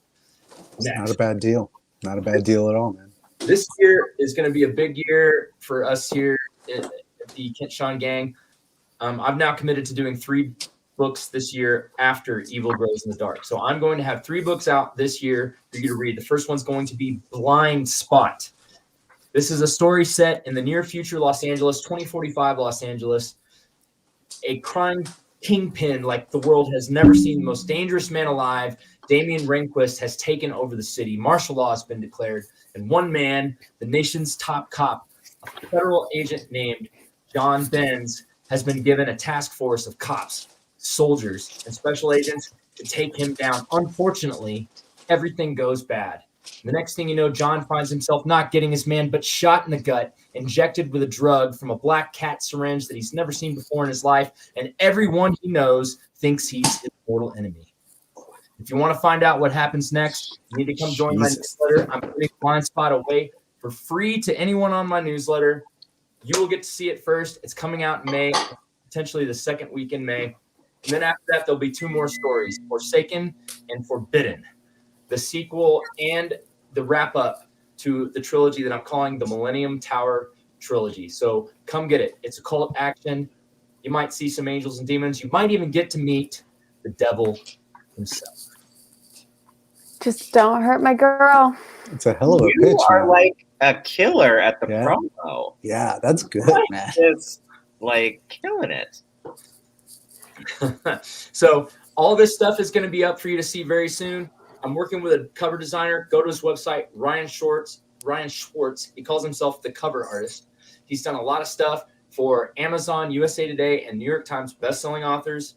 Just started working with him last week. Actually, I might have a mock-up in my inbox right now. So he's the one that encouraged me to get to make a trilogy out of my duology, and I took his advice. The second book is already written. I'm halfway through the rewrite right now. The idea for the third book literally just came to me on a walk with my kids a couple days ago. I already know what's going to happen. That sucker is going to be done. I promise you, by December, you'll have 4 books, 4 Kent Sean books, Evil Grows in the Dark, Blind Spot, Forbidden, Forsaken. They'll all be there for you to read. And if you are a subscriber to my newsletter, you're probably going to get 2 or 3 of those. Y'all pimp your stuff. That's nuts. Wow, That's really good. That's killer. Who wants to follow that? Drop in my stuff. Go ahead and sign up for my newsletter, and you'll get free short stories direct to your inbox. I have 2 books coming out this year, so that's exciting. As well as the anthology where Kent and I are both part of, A Season of Darkness, which is coming out in March as well. And let's see what else. I may have some fun and exciting projects coming up beyond my short story collection, which I have titled. I'm going to release the title soon. I don't know why I'm holding it secret. It just seems like a marketing thing to do. I don't know. Yeah. And then Tracker and more to come. So it's exciting. Where can we find your newsletter? At BethanyJVotaw.com. Thank you. It's very, very easy. Yeah, it's great. I send something maybe once a month. Not super often. I just want to update people on what's going on. So it's good. Fun things coming. I'm very excited about my short story collection being my technical debut because I think it really showcases my skills as a writer. And I think it'll kind of show you what you're in for when you pick up a Bethany Votaw book. So, Cool. You yeah. ain't bad at it either. What? You ain't bad at the promotion neither, girl. Yeah. It's just like, it feels so weird without having books out being like, please invest in my journey with your time. Yeah. You'll get something from it, I promise. I hope you like it. Same here. But it's all good. It's all coming. And I think everyone in the chat's like signed up. They're probably tired of hearing this ad nauseum. It's fine. That's for the rewatchers. That's all good. Yeah. And they should be telling it to the lady at the grocery store. Have you been to BethanyVotaw.com? But, you know. It's great. You can have a couple of short story flash fiction samples on my website too. So, you know, Coffee with the Devil's on there. That's going to be in one of my books, the short story collection. Cool. So kind of fun. So if anybody in the chat has something they want to plug, throw it in. Throw it in. Yeah, let's talk Or about questions. I might start plug, spamming plug. the chat with questions. I have a million questions for everybody. So a couple things I want to talk about. First of all, just real quick. This is something I think every writer struggles with. And it came out when I was talking to my cover designer, Ryan Schwartz. We were working on the covers for Blind Spot and Forbidden. And as I was talking to him, I was describing to him the Millennium Tower and my main characters and kind of the I don't know if for anybody that's read my writing, often I have a surprise reveal or a twist in my writing. I don't do that on purpose, but it's just something that seems to happen. And I was describing that to him, and he was like, I've never heard anybody just tell me this stuff so comfortably. He said most authors are really uncomfortable talking about their writing. And in the same way, I think some of them are uncomfortable in trying to get people to read their writing. And here's what I would say to that. I would say if you worked hard and made something of value, you're not hurting someone to ask them to read it. You're offering them value. And I think that as writers, we can all think of it that way and feel much better. Say, I have something of value that I want to share with you, that I've worked really hard on, and that I think can make you happier, wiser, a little more intensely excited, or in Bethany's case, completely creeped out. So, you know, I think Adrian has got a lot of skill at this, by the way. I think Adrian has marketing talent for days. If you, for a guy that doesn't have a book out, I don't think I've ever seen as much skillfully created promotional material in my entire life. So, Yeah. So, Okay. really, what I would say is if you have something that you think is valuable, you're not hurting someone to offer it to them. I think you're offering them value. That's great advice. I need to. Yeah, that is great advice. And in defense of all my marketing for books that don't exist yet, I feel like that's kind of the point, right? Is to sort of build that anticipation, build that hype, because nobody knows who I am. Nobody's ever read my stuff before. So if I was to just write the book and release it, who's gonna buy that thing? You know what I mean? Like I'm all about like getting people to be like, hey, like there's a book coming out and waiting for it and getting excited for it. So anytime that I know that something is a done deal, it's you know, definitely a part of the book, then I try to find ways to incorporate that thing into my channel in some way. You know what I mean? Even if it's not a straight up ad, you know, whether I'm doing a live stream, like the live stream Sunday that I'm doing with the incredible Barrett Laurie right here. The great and powerful Barrett Laurie is going to be on my channel, and we're going to talk about LGBTQ representation in fiction, because I have more than a few of LGBTQ characters in my book. I love that. Yeah. So I want people to know that that's going to be in there, because if you like seeing that in your books, come read my book. You know, go read my prologue. There's probably a couple in there right now. Well, how can I read it? It's on. Nice, thank you. It's on my website. Go to www.booksbyadrian.com. You can read the prologue there. You can also get to my channel from there, but it's very simply youtube.com/booksbyadrian. And you can see the trailer for my book on there. The series is called Mythic, and the first book is Shadow of the Spark. So go check it out. It's a murder mystery set in a sci-fi fantasy world. There's there's technology, there's magic, there's drug culture, there's LGBTQ characters, there's mixed martial arts, you know, Brazilian jiu-jitsu. There's all kinds of stuff in there. It's like everything I love. Yeah, it's all in there. All there. You know, it's That's the drug culture if my grandma's watching. That I don't. it's kind of interesting because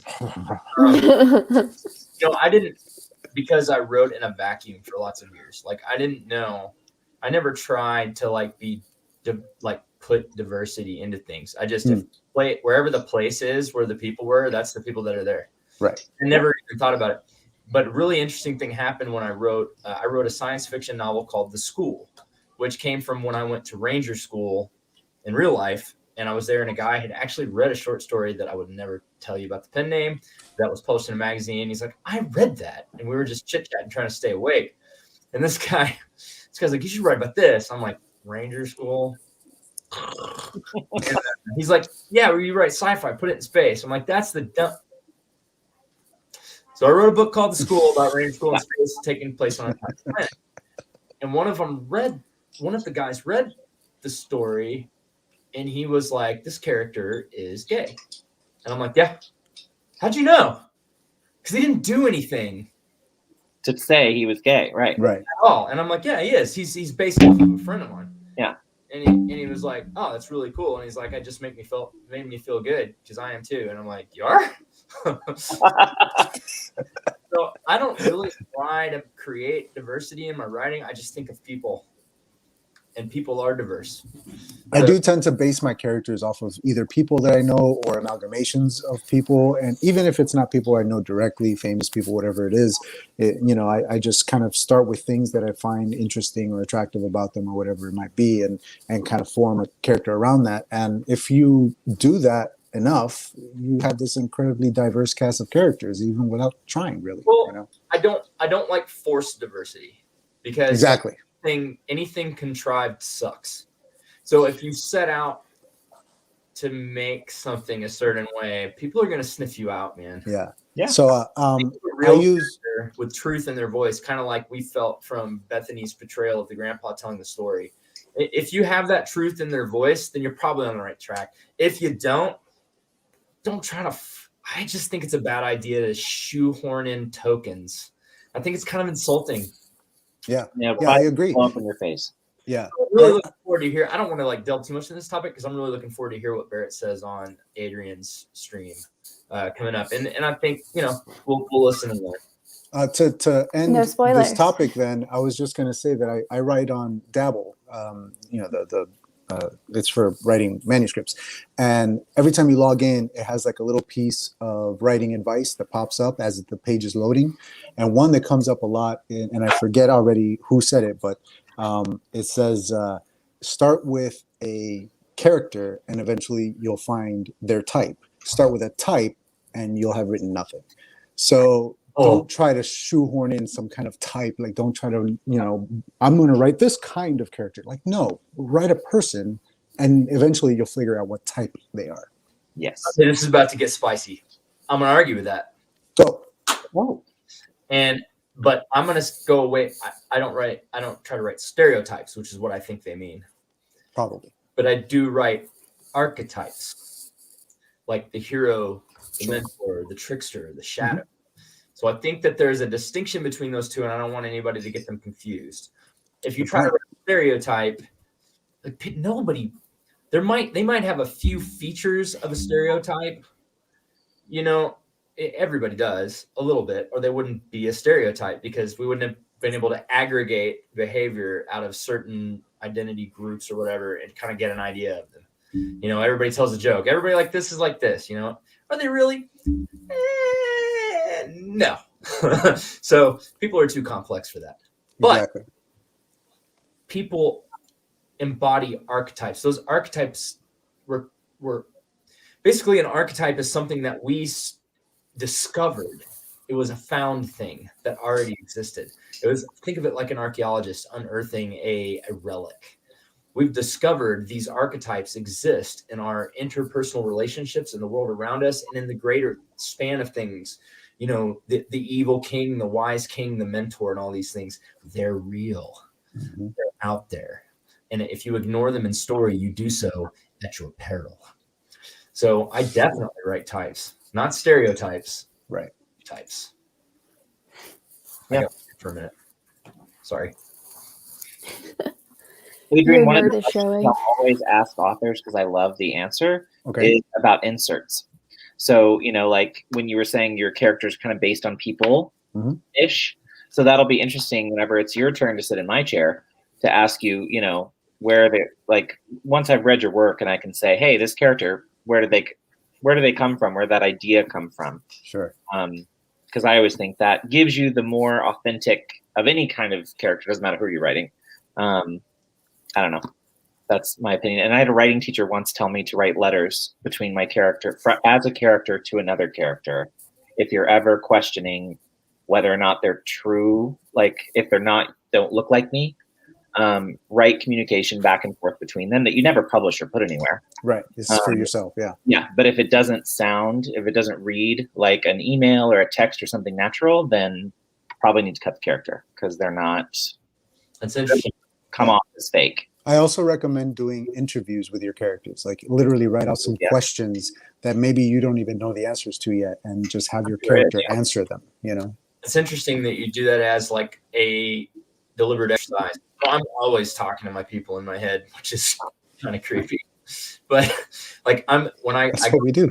I go for walks a lot. And I really, for one thing, it's just, I'm trying to be a healthy adult who I can see some grandkids running around. But on these walks, I will always listen to like music with no words, so that I'm alone with my thoughts inside a wall of music walking outside. And I do it in all weathers. I try to really dedicate myself to walking when it's shitty, when it's raining, when it's freezing, whatever it is, I'm going. And then weird things happen on these walks where I'm arguing with my characters. And I think that there's incredible value in these arguments, because I'm trying to take them apart and they're trying to take my rationalizations apart. And I really think that's what thinking is. Thinking is you have an idea and then you create an avatar in your head that disagrees with you.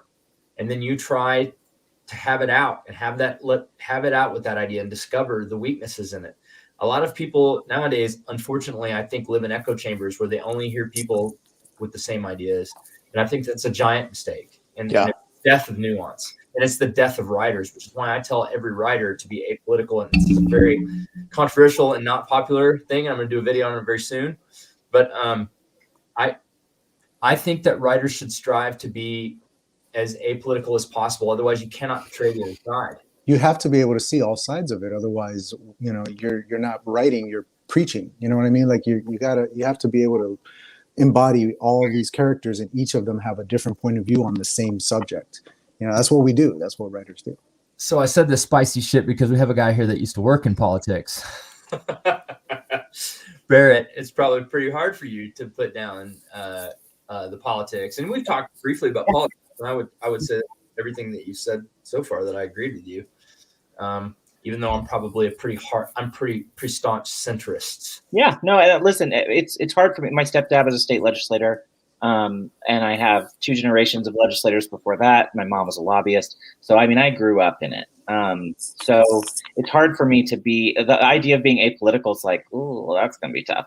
But I'll do my best. I've definitely tried to tone down my Twitter in the last 2 years to be like, all right, we're going to need to tone that down. So yeah, switching gears. Yeah. Well, I just always try to find. But then again, I grew up in the bubble. So I guess what I would say about this, some of my best friends are conservatives, right? So, I mean, that's what I guess I would put out there and say is even though I'm clearly from like the liberal area of the world and thinking, that doesn't mean some of the people I love the most in my life aren't polar opposite from me on policy. That doesn't mean we're friends or family or whatever, so it is what it is. I love this discussion, and anybody that knows me knows that I always talk about the balance between order and chaos. And I think that something really critical to understand that liberals and conservatives nowadays that are so polarly opposed don't understand is that they need each other incredibly bad. If you look at the symbol of the yin yang, it's a sinuous line between light and dark, and in each there's a little of the other. Sure.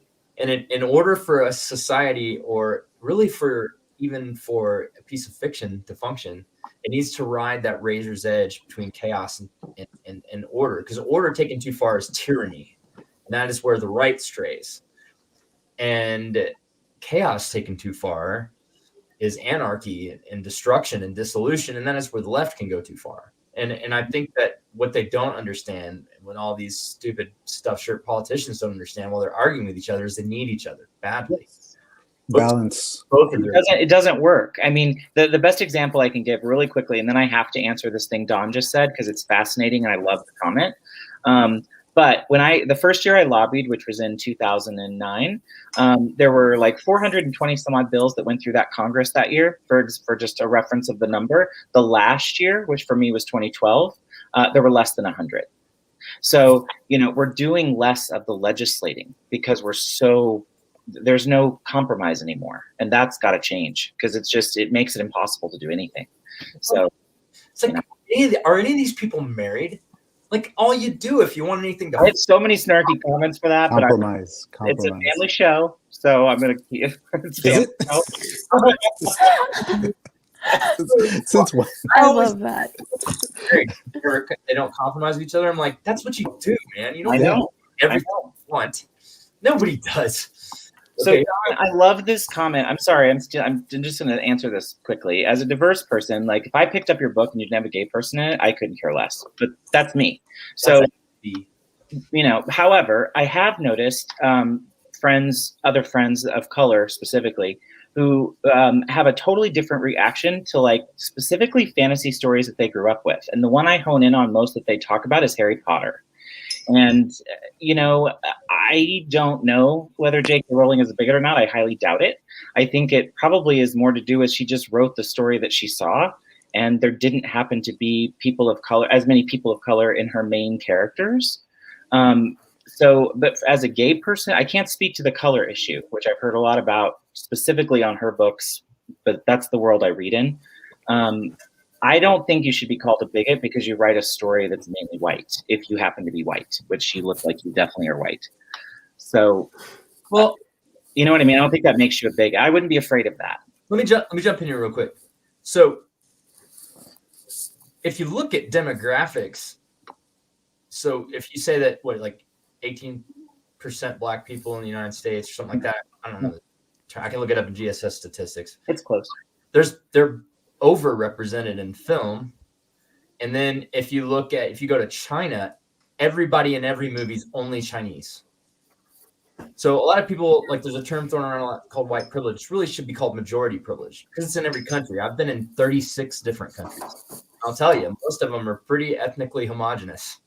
Like, there's no white people in any TV shows, and nobody's complaining. People take it for granted that the United States is made up of such an amalgam of all these different cultures, and they think that that's true everywhere and always, and isn't necessarily. But that being said, being Hispanic myself, you know, my grandmother is 100% Puerto Rican, but she's Black, and my grandfather, her husband, is 100% Puerto Rican, but he's white, and we have every shade in between in our family. My oldest son is born with this exact hair. My youngest son has red hair, and we have no idea where he got it from. So that's freaking awesome. I love random genetic expression like that. I just love it. Just comes out of nowhere. Now, to put in my own 2 cents with this topic, I would say this. There's that old adage that the most effective lies are the ones with nuggets of truth in them. And I feel the same is true for fiction. It reads truer when you include true things in it, you know, even though you are writing fiction. So yeah, even though, in other words, your end goal shouldn't be to not be labeled a bigot. Your end result should be to write the best story possible. Yes. And that should always come first. I would honestly say, don't break your head thinking about it. Exactly. Yeah. You have something to say there, Bethany? Yeah. I love to raise your hand. Well, Sorry. no, you're good. I just wanted to say, my brothers are from Ethiopia. They're Black, whatever. I have a unique perspective with them. And I had them read Trekker. And I was just asking what they thought, all of that.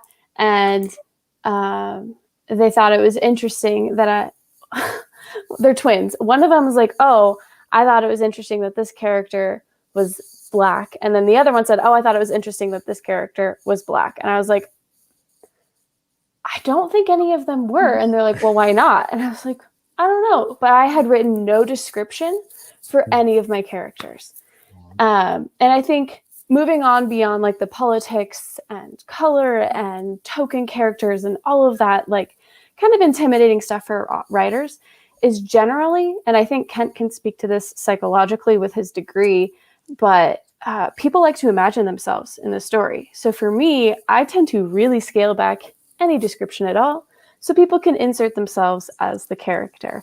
And I think beyond just, you know, politics and everything that's going on in the world, when you write a story, you're writing it for your readers' entertainment. And if you write it in a way where they can just picture themselves being that character and being there, it's a win. So I encourage anybody that's like afraid of it, like get sensitivity readers. I didn't have my brothers read it for sensitivity content because I honestly just wanted their opinion, which was stupid. They're 15. Why did I want their opinion? They shot me a new one. Like, I did not need any of their comments. Like, didn't need any of it. But it was just very interesting how they like were able to and the reason why they thought certain characters were certain colors is because they really identified and connected with certain characters over the other. And like, yes, they're twins, but they're very different people. And it was just interesting. I thought one of your cops was Black too, Bethany. Which one? Okay, we'll talk later. Okay. 'Cause I'm pretty. Yeah, it was just interesting because like for one of my brothers, like they totally fit with this one character, just like aloof, harsh, difficult to be around. And of course he was like, oh yeah, that's me. Like that's me. And then like the other one is more methodical, slow thinking, and wants to see the whole picture before he makes a judgment. And he was like, oh yeah, that was me. And I just thought it was a really interesting, like, I don't know, not like experiment, but it was like, hey, read my book. What'd you think? And they both self-inserted, connected with characters, and just saw that as themselves. So awesome. I just want to encourage people, don't overthink it. Write the story. Yeah, and like I just realized that my DJ super hot guy in my story was black. Like it just jumped into my head. If you go back and read the description, he has mocha skin that almost glistened golden in the light. I call my brothers chocolate. Like I didn't know that, but it's because I think I saw a guy at a club that was like some freaking godlike figure standing over the crowd, and that image was retained in my mind, and I wrote it. But I wasn't thinking in terms of ethnicity. I was thinking of describing that cool looking dude that I saw that one time. So I think that if you want to write diversely without trying to shoehorn in tokens, maybe just look at the world around you and try to get around some different people. And I think that's gonna, like in my story Redemption, I have a very, God, how do I do this without giving this away? There are two characters. One of them's name is Eddie, and he is a skinny white dude with painfully slicked back hair. And then there's another character named Julio, and they kind of function as like a devil angel on the shoulder in the story. And Julio is a guy I knew that worked at the pharmacy by my house when I first moved to California. And he was, if you just saw him for 3 seconds and you would think that he was like a gangster and like he was going to kill you. What he really was a pharmacy assistant. A really freaking nice guy and an amazing dude. He lived up the street. We ended up becoming friends for years and going and playing pool together and doing this other stuff. But a little off-put. First time you see him, man, you're fucking scared because he's gigantic. And there's like, you can't find a piece of flesh that doesn't have some complex tattoo that you have no idea what it means, what it's saying. It doesn't look like pictures. It looks like hieroglyphics. And if I'd never seen that guy, I couldn't have written him. Mm. And sometimes I think we come up with all these amazing things. I think what we really do as writers is observe people and then transmit back their essence, their anima through. I don't mean to get all, No, you're absolutely right. Every time I go to a coffee shop or anything like that, one of the best things to do is to people watch. I'll pretend that I'm listening to earbuds, but really I'm listening to everybody and I'm watching and I'm like, oh, this is an interesting character. Maybe I'll write about him. You know what I mean? Like, so those. What I was, that's a really good way to say it, Adrian. I honestly think that if you could add a big tool to your writer's toolkit, it would be to try to memorize the people that stand out to you in a crowd and what it is about them that makes them special. Mm-hmm. What is it that draws the eye and sets your imagination going? Like that's a character right there. Yeah. So I actually have to go to work in like 15 minutes, so I'm gonna have to wrap it up with you guys. We're 2 hours and 41 minutes. I think we just call it quits right now. Sounds good. I want to thank everybody that showed up. Oh, he exists. Hello, Malachi. I thought he was made up, honestly. Are you sunburned? Huh? Yeah, I went skiing and I got sunburnt. Yeah, right. What do you got to say, Malachi? You gotta Close us out. Close us out. Well, close the show. I had a really great time talking with all you guys. It was very informative. I learned a lot. I'm excited to write a book. I'm not. I hope you guys have a great time, though. You, Malachi, because Bethany says you won't read my story, so I'm going to make some audiobooks. I'm going to send you a free copy. I would love that. I will absolutely listen. Absolutely. I hear that you have a good audio voice as well, so I would love it. You wouldn't like his short stories? He gets a little like nightmarish. Well, yeah. Oh, just wait for the board with the nail. You don't even. Here we go with the board with the nail. story as the board with a nail. What do you think? Yes? Okay. So behind every great woman is a great man. Handing her a glass of wine. It was a 7-7, a whiskey sour kind of drink. All right, man. All right, here it is. And with Malachi's guest appearance, I mean, I don't know how we could get it any better than we've got. Yeah, So, go out on a high note. signing off, the third Don't Drink and Live. And by the way, this has by far been my favorite, and I cannot wait to do this again. Thank you for everybody that participated. Go check out all these awesome people on YouTube, on Instagram, and all the wonderful places. I'm going to go and re-edit the description to make sure you can link to all these wonderful people. And thank you so much, everybody. Let's do it again soon. Thank you for having me. That's awesome. What I always say the last time I see you is keep riding butts and seats, fingers on keyboards. Good night.